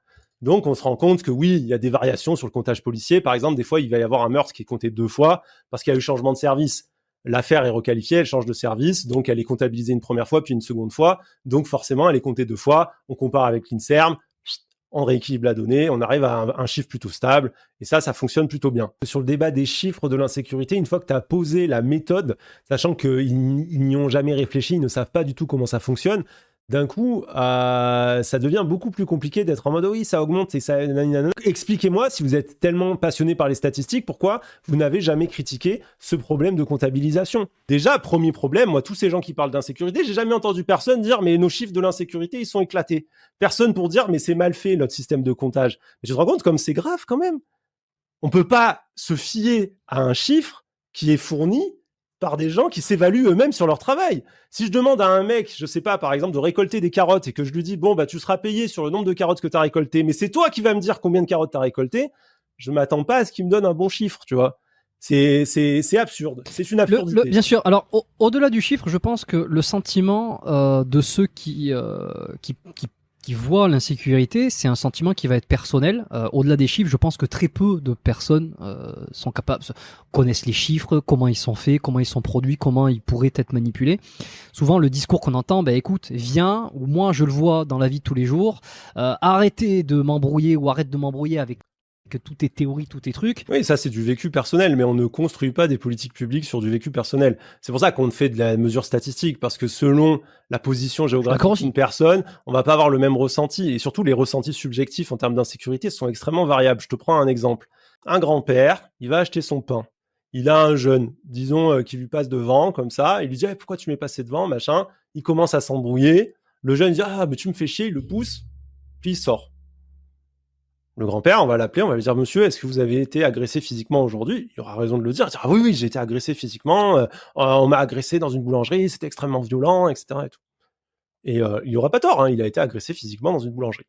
Maintenant, 2 équipes de rugby qui vont jouer, petite ville de, je sais pas, en Auvergne, tu vois. Ils sont là, ils font leur match de rugby, machin et tout. C'est encore l'Auvergne.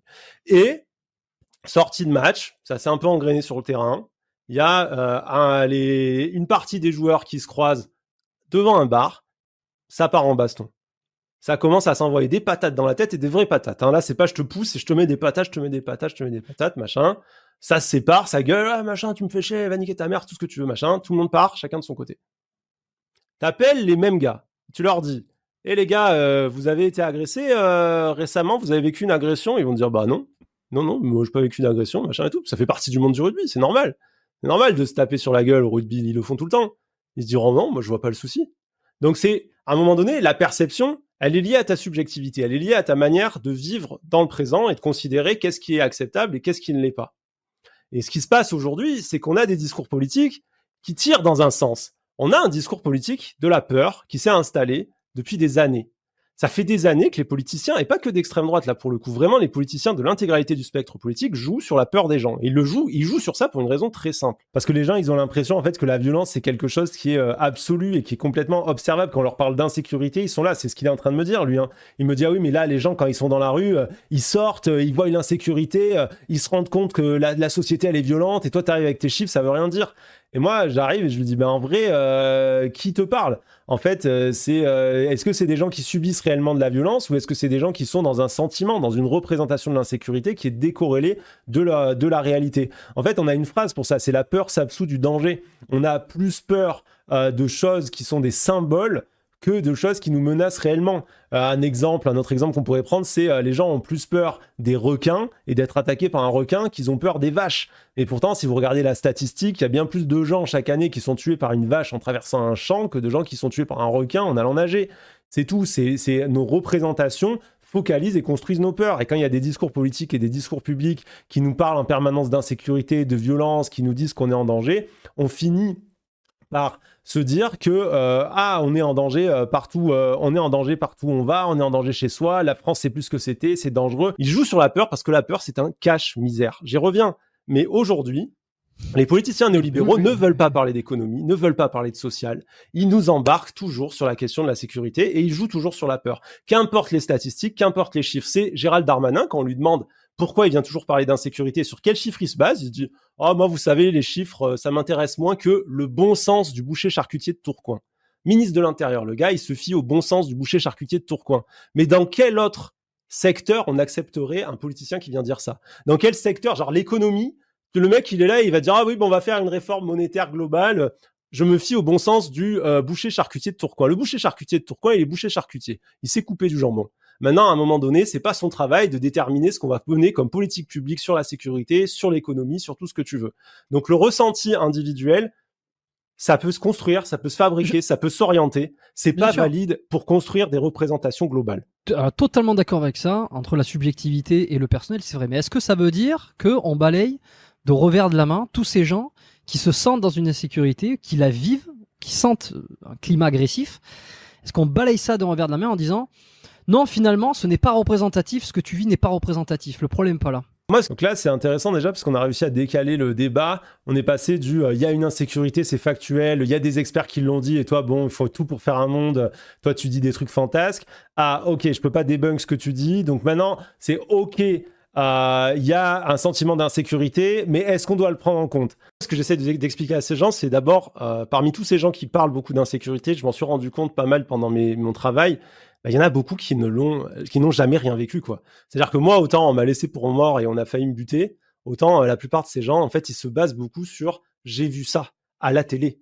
Ils se basent sur, c'est un petit peu, tu sais, l'image de la grand-mère chez elle. C'est Orelsan qui dit ça, qui dit, je sais plus, mamie vote Le Pen, tu vois. Elle est dans sa petite maison, elle sait pas. Oui, elle dit rien, mais à travers de ce qu'elle voit, elle se forge une idée. Oui, non, les étrangers, la France, c'est de pire en pire, c'est de pire en pire, tu vois. Et c'est une représentation. Tu te dis, mais est-ce que c'est réellement la réalité? Est-ce que c'est quelque chose que tu as réellement vécu? Donc, première chose, est-ce que c'est réellement quelque chose qu'on a vécu?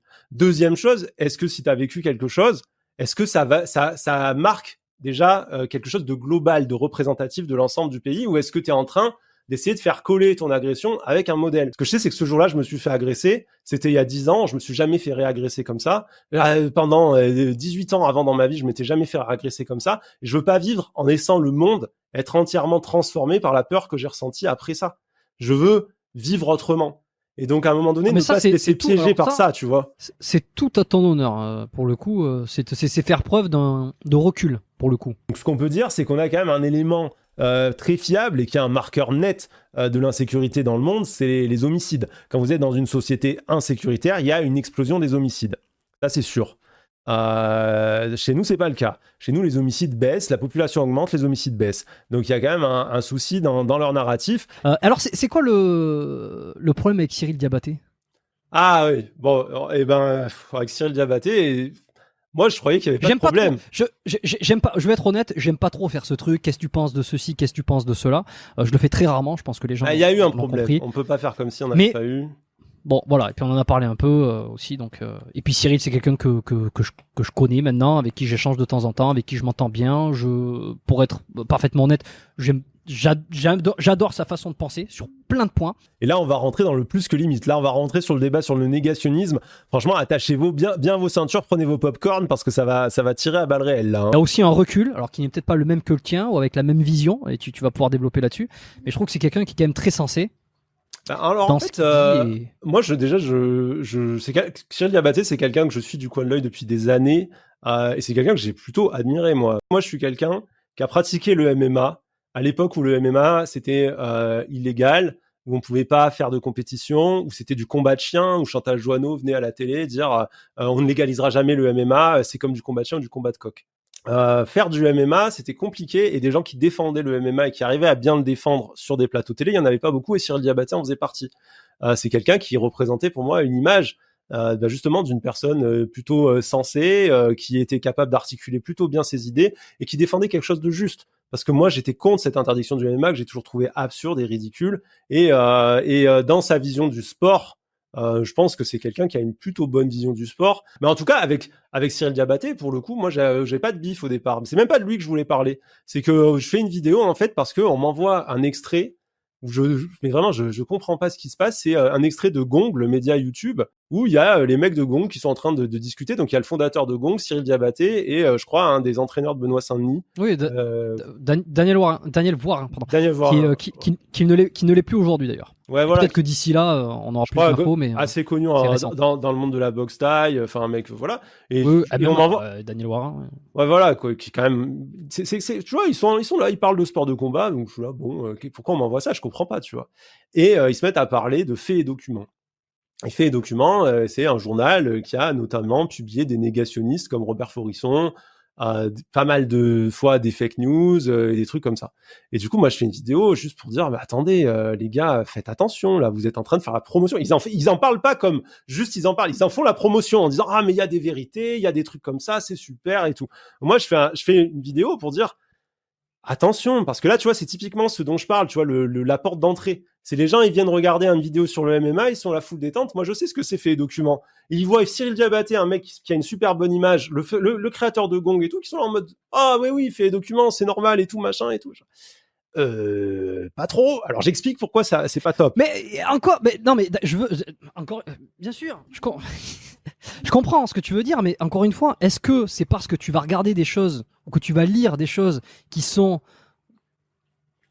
clivantes, qui sont considérées comme de la désinformation ou quoi, que tu participes nécessairement, que ça fait de toi, je veux dire, moi, c'est là où je suis d'accord un petit peu avec Cyril, c'est que je l'ai vu réagir par rapport à tous ces propos-là. Ça veut dire, mais c'est pas parce que tu lis quelque chose à un moment donné, que t'en parles quoi, que ça fait de toi forcément un nazi, un antisémite, un truc. Et j'en reviens là-dessus, qui est de tout mettre dans le même sac, tu vois. C'est ça. Moi, c'est avec les documents, je veux juste informer les gens de quoi on parle, parce qu'eux, ils disent « Ah, c'est super », etc. À aucun moment, ils disent « Attention, faites attention à ce que vous lisez, il y a eu des propos comme ci, il y a eu des propos comme ça ». Là, ils disent « Ah oui, ça, c'est des vérités, là, tu prends un pile rouge, tu ouvres les yeux, et tu vois. » T'es sûr T'es sûr qu'ils en ont parlé de cette manière? Ah, ils en parlent très positivement. Ils en font vraiment, c'est un petit moment publicité fait au document. Vraiment, aller chercher l'extrait, c'est surréaliste. L'extrait que j'ai mis sur Insta, j'ai dû le couper parce que il fallait que la vidéo fasse 1 minute 30, mais l'extrait est plus long.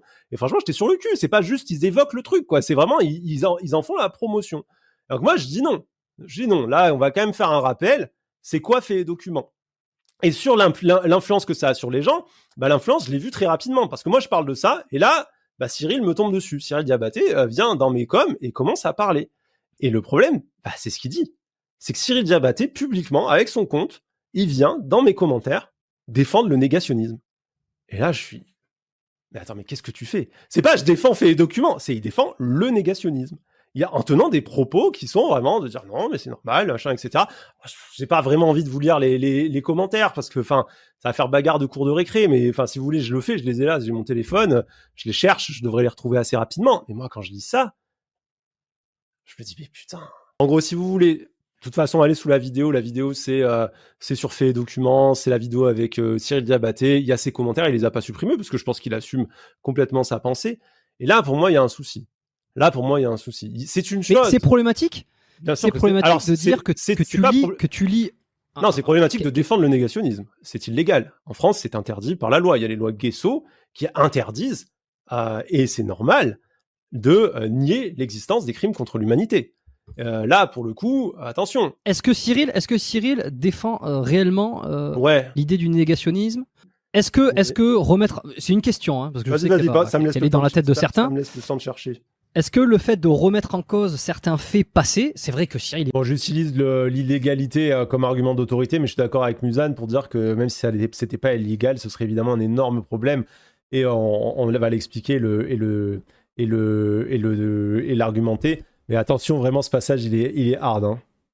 Il est bon là-dedans. Il aime bien rappeler que on n'a peut-être pas marché sur la Lune, qu'il y a d'autres complots qui se jouent, sanitaires, récemment notamment.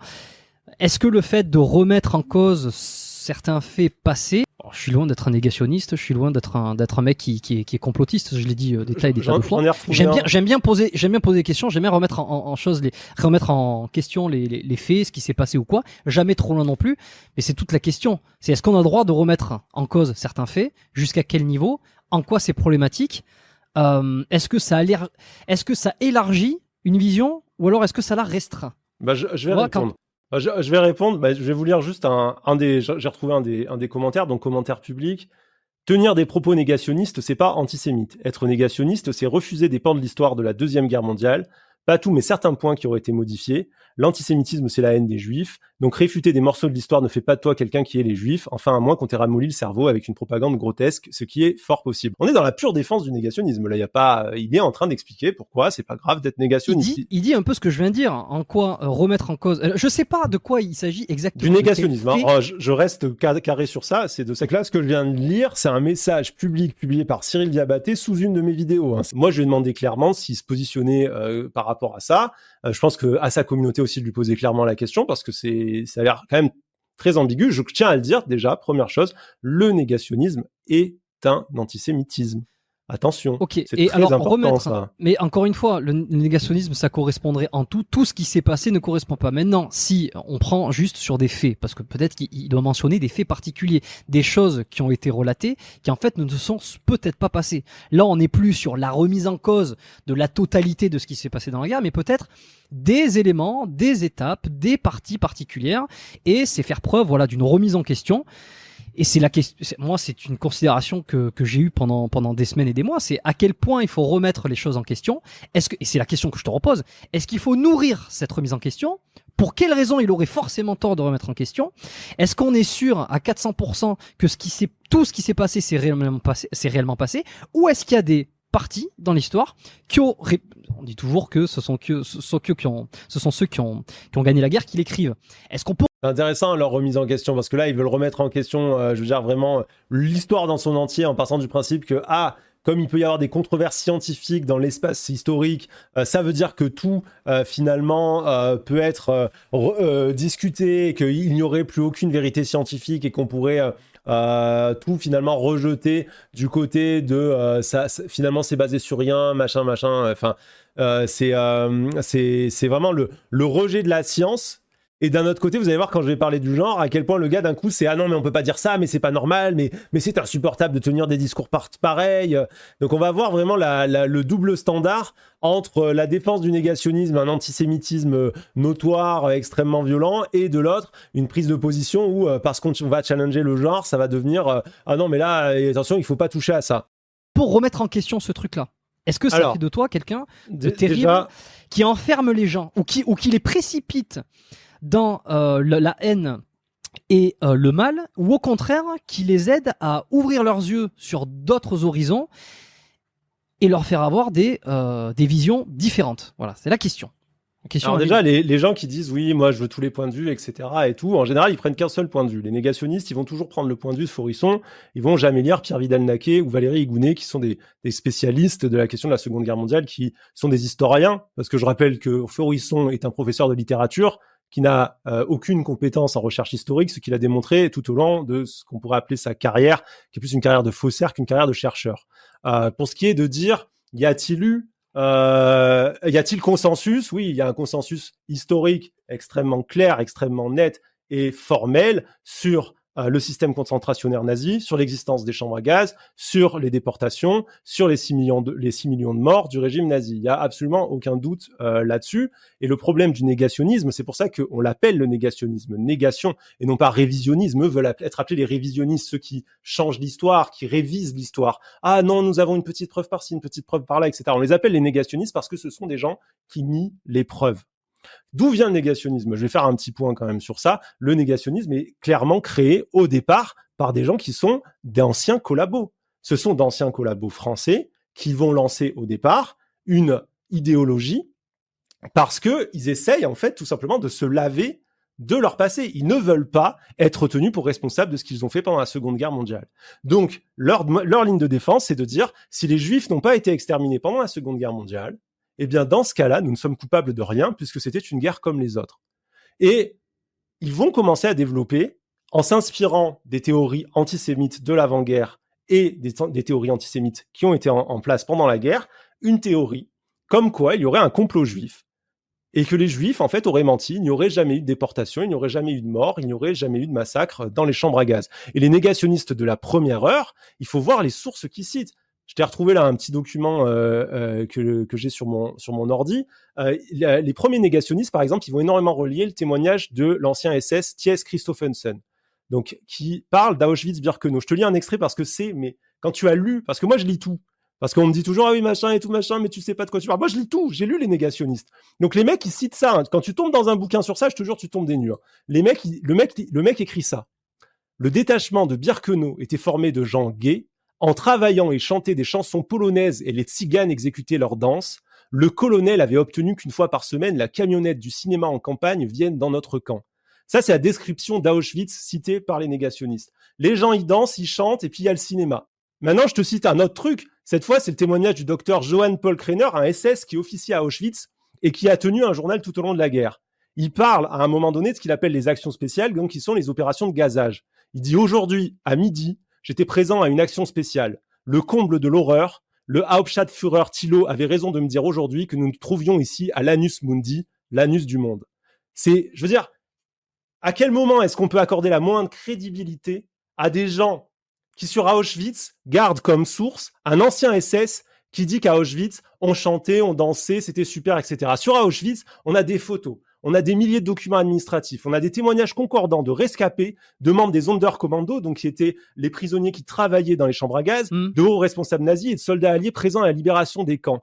On a des témoignages sur le système concentrationnaire qui sont extrêmement clairs et formels. On a Himmler qui a écrit sur les Juifs et qui disait « Il a fallu prendre la grave décision de faire disparaître ce peuple de la terre ». On a le journal de Goebbels qui dit « Les peuples modernes n'ont pas d'autre solution que d'exterminer les Juifs ». On a Eichmann qui reconnaît l'existence des chambres à gaz. Tu vois, c'est pas un moment... Non, mais c'est peut-être pas ça qui remet en cause. Hein. Mais en fait, à un moment donné... Alors j'aime bien, juste parce que peut-être que les gens vont découvrir aussi le podcast, la manière dont je le fais. J'aime bien me placer toujours en défense de celui qui n'est pas là. Voilà. Et de toute façon, peu importe qui j'ai en face, comme ça permet justement donc je défends pas Cyril bête et ongle ou quoi que ce soit, c'est parce qu'il est pas. Et quand j'avais reçu Cyril et que on parlait de Gaëtan qui n'était pas là, je défendais d'une certaine façon Gaëtan parce qu'il n'était pas là pour répondre à ce qu'on disait. Donc voilà, c'est juste pour clarifier. Donc c'est peut-être pas ça qui remet en cause Cyril Diabaté. Cyril Diabaté, il vient et il dit clairement non, le négationnisme, ce n'est pas antisémite. Alors première chose, si, bien sûr que c'est antisémite de nier la déportation et la mise à mort systématisée par le régime nazi. C'est ce qu'il dit. Ça, c'est ce qu'il dit dans le message que je vous ai lu. C'est ce qu'il dit et c'est ce qu'il écrit. Ensuite, il vient se faire défenseur du négationnisme comme attention, on ne sait pas tout sur l'histoire, il faut vérifier, etc. et tout. L'histoire est construite par un travail précis, un travail d'enquête qui est mené par des chercheurs qui travaillent en laboratoire et qui font vraiment un travail de longue haleine qui dure depuis, sur la Seconde Guerre mondiale, ça va faire des décennies et des décennies et des décennies. Il y a des polémiques, il y a des points de désaccord qui sont discutés, etc. Robert Faurisson n'a jamais fait partie de cette conversation. Pourquoi ? Parce que ce n'est pas une méthode de recherche que de faire comme si des preuves n'existaient pas. Quand on met à Robert Faurisson tout ce que je viens de te citer là sous son nez, on lui met les témoignages des victimes, les témoignages des nazis, on lui met les photos d'Auschwitz faites par l'aviation alliée, on lui montre tout ça. Et tu sais ce qu'il répond, Robert Faurisson ? C'est des faux. C'est des faux. Il ne prouve pas que c'est des faux. Il a aucun moyen de le prouver. Il prouve pas que c'est des faux. Il dit non, ça c'est des faux. Il rejette l'intégralité des preuves. C'est ça le négationnisme. C'est la négation de la preuve scientifique. C'est la négation de l'esprit scientifique. Ces gens-là sont des faussaires de l'histoire. Ok. Non mais alors, sur ce truc précis, oui. Est-ce que Cyril remet en cause ça ? Est-ce que c'est ça qu'il parle ? Est-ce que c'est ça de ce dont il parle ? C'est ça la en question. fait, les négationnistes aujourd'hui remettent ça en cause. C'est aujourd'hui le négationnisme, c'est ça. C'est cette négation de la preuve historique, c'est cette négation de la déportation. Moi, Cyril Diabaté, je lui ai demandé plusieurs fois dans nos conversations publiques ou pas, je lui ai dit, est-ce que tu reconnais qu'il y a eu 6 millions de morts ? Est-ce que tu reconnais qu'il y a eu un système concentrationnaire nazi ? Est-ce que tu reconnais qu'il y a eu des chambres à gaz ? Il n'a jamais répondu.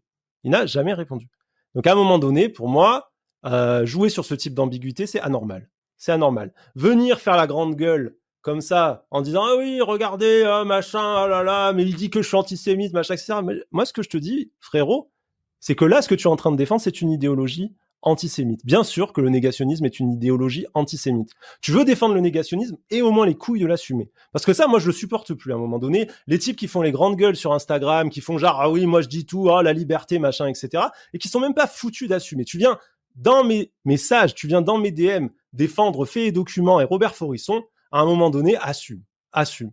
Soral, il est négationniste, il fait pas semblant de pas l'être. Soral, il arrive, il le dit, il a été condamné de multiples fois pour ça, c'est un type que je déteste et que je vomis, mais en tout cas, il vient pas en déguisant son discours à ce niveau-là. Là, on a des types qui sont là, qui disent « Ah non, mais attendez, ça veut pas dire ci, ça veut pas dire ça. » Le pire qui m'a sorti, le type, c'est « Ma femme était juive, mon ex-femme était juive. » Ah, je ne peux pas être antisémite, le token ultime, quoi. J'ai une dent de requin de Madagascar, je peux pas être raciste. Enfin, arrêtez. Si vous dites des trucs antisémites, vous êtes antisémite, ça s'arrête, c'est pas plus compliqué que ça. Donc maintenant, moi, ce que je voudrais, c'est que ces gens-là, ils aient le courage de leurs opinions, c'est qu'ils aillent au bout. Viens pas faire des grands messages grandiloquents sous mes vidéos pour ensuite pas être foutu de répondre quand on te demande, mais en fait, qu'est-ce que tu veux dire ? C'est pas compliqué. Est-ce qu'il y a eu 6 millions de morts pendant la Shoah ? Oui. Est-ce qu'il y a eu un système concentrationnaire nazi ? Oui. Est-ce qu'il y a eu des chambres à gaz ? Oui. Si tu peux pas répondre à ces questions-là, c'est que tu es rentré dans le négationnisme. C'est qu'avec tes grandes idées, en croyant penser, oh là là, je pense, sors du système, patati patata, tu t'es fait manipuler et tu as été complètement embarqué dans la haine de l'autre. C'est déjà arrivé. C'est ça y est, tu t'es fait avoir. Tu vois ce que je veux dire ? Tu penses que il n'existe voilà, je pense que je dis les termes, je dis ça, et ça devient difficile pour eux de se défendre. Aucun complot ou il n'y aurait pas une autre, alors pas forcément sur ce sujet-là, hein, c'est sur d'autres sujets, que ça soit d'un point de vue gouvernemental. Est-ce qu'on nous cacherait des choses ? Est-ce qu'il y aurait des complots ? Est-ce qu'il y aurait des élites qui décideraient ? Est-ce qu'il y aurait une autre vérité ? Est-ce que des fois tu te poses ces questions ? Est-ce que Raël n'aurait pas raison depuis le début et en fait on serait tous manipulés par des extraterrestres ? Et s'il y avait autre chose que ce qu'on nous enseigne le complot, j'ai toujours trouvé ça bizarre d'avoir besoin d'aller chercher des trucs de ouf, genre les Américains qui sont là à chercher des pédophiles dans des pizzerias, et je suis là et je me dis mais frérot, qu'est-ce que tu cherches là ? Regarde devant toi, tu veux un complot ? Ça s'appelle la lutte des classes, le complot. C'est pas compliqué, il est devant toi. il y a des types qui sont très, très, très riches, qui sont en train de te la mettre, qui sont en train de complètement t'arnaquer, qui sont en train de complètement te retourner le cerveau. Je ne comprends pas le nombre de pauvres qui votent pour des milliardaires et des millionnaires. C'est un truc qui m'échappe. Quand tu vois tous les types qui vont voter pour Trump, je me dis, mais putain, moi j'ai habité dans l'Amérique de Trump, hein, c'était pas facile. S'il y a un complot aujourd'hui, je sais pas s'il faut parler de complot ou pas, mais en tout cas, clairement, s'il y a une élite dirigeante qui tient un discours pour faire autre chose derrière, c'est facilement observable. Regardez les derniers présidents français, tous représentants du néolibéralisme, de la pensée néolibérale, de cette pensée de la liberté des marchés, de cette pensée de la destruction des systèmes publics, de cette pensée de la privatisation, qui ont tous dit comme ça au départ. Alors Sarkozy, c'était travailler plus pour gagner plus. François Hollande, mon ennemi, c'est la finance. Macron, la Startup Nation. C'est jamais arrivé. Les gens, ils n'ont pas gagné plus. La finance, elle s'est pas cassée la gueule. La Startup Nation, on la cherche, on l'a jamais trouvée. Par contre, ce qui s'est passé, c'est qu'il y a eu des lois qui ont démoli nos systèmes de travail, qui ont démoli nos droits de retraite, qui ont démoli l'intégralité de nos droits et qui font que nous, les pauvres, on est de plus en plus pauvres pendant que des riches sont de plus en plus riches. Et ça, c'est pas difficile à vérifier. Regardez la fortune que les mecs se sont fait pendant le Covid. Regardez la fortune que les gens ont aujourd'hui. Arrêtez d'aller chercher des trucs complètement ouf sur la Lune ou je sais pas quoi. Regardez ce qu'il y a devant vous. Regardez ce qu'il y a devant vous. Demandez-vous les milliardaires là, comment est-ce qu'ils se font de l'argent? Ils ont pas besoin de faire des trucs secrets et compliqués. Il y a des lois qui sont en train d'être votées aujourd'hui tranquillement à l'Assemblée nationale pour vous mettre une douille. C'est tout.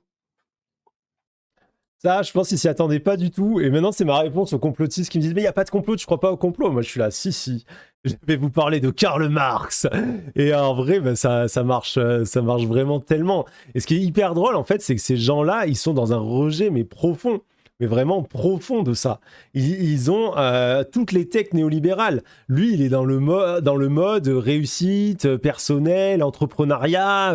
Il est complètement brain par toutes ses croyances et tout. Donc quand tu le renvoies à ça, non seulement tu lui dis ton complotisme c'est de la merde parce qu'il y a un truc qui est là et que c'est la lutte des classes, mais en plus de ça, lui, il se retrouve avec son propre problème, c'est-à-dire que son discours complotiste à la con, il est retourné contre lui parce sinon il doit assumer de se placer du côté des dominants.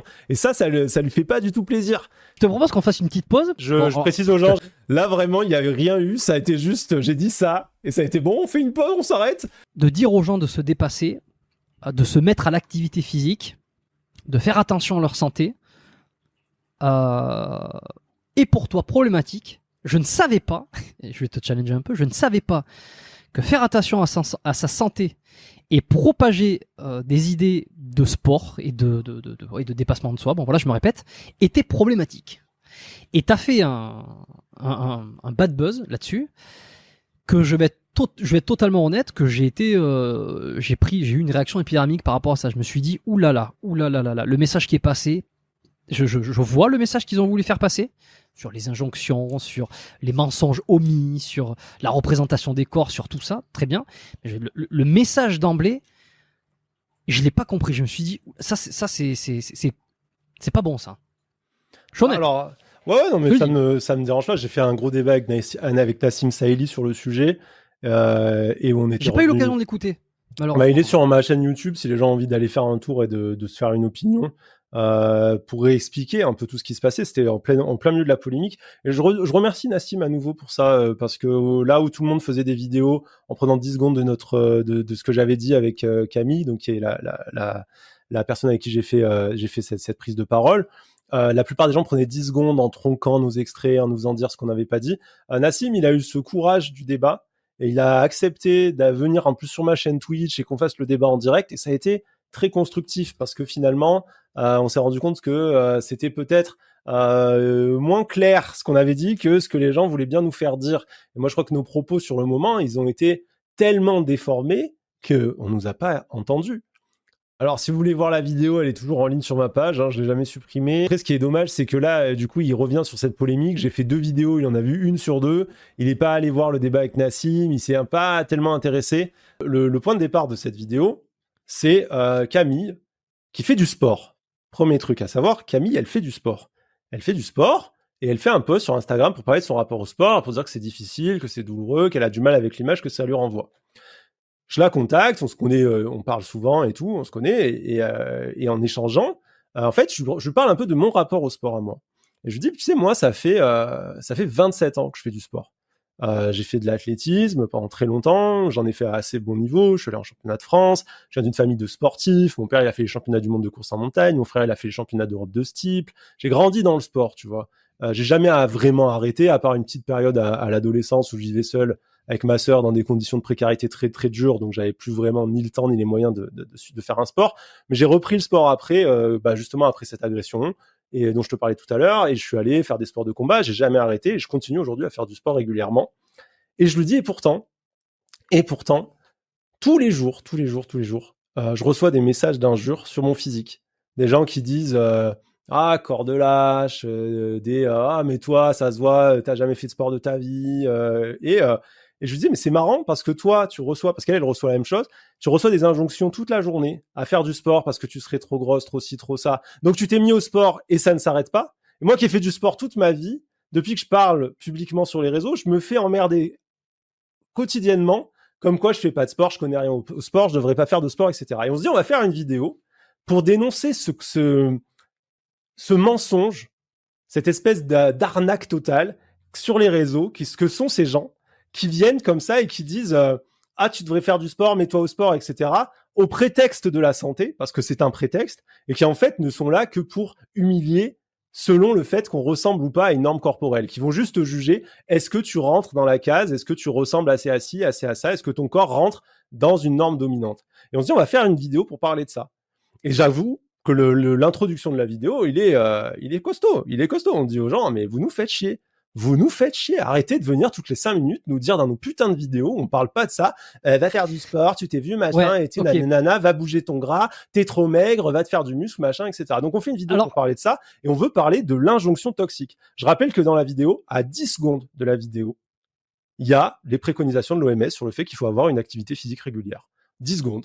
Mais donc, je tiens juste à rappeler que c'est des trucs que je vis encore et que c'est vraiment spectaculaire et que la sortie de cette vidéo, c'est accompagné d'une shitstorm pour celles et ceux qui ne l'ont pas su, mais on a reçu des milliers et des milliers de messages et c'était d'une violence rare. Et dans ces messages, il y avait exactement ce qu'on avait dénoncé. C'était des messages ultra grossophobes, ultra violents, dans le shaming physiquement, qui partaient toujours du principe qu'on faisait pas de sport. C'était difficile, hein. Alors, tu vois, tu fais très bien de remettre dans le contexte et de dire que c'était une vidéo qui était à la base personnelle. C'est-à-dire que vous vous adressiez au public en disant arrêtez de me dire ceci, de me dire cela. Je pense que ça a été interprété, et c'est comme ça que je l'ai interprété aussi, comme arrêtez de dire de faire du sport de manière générale.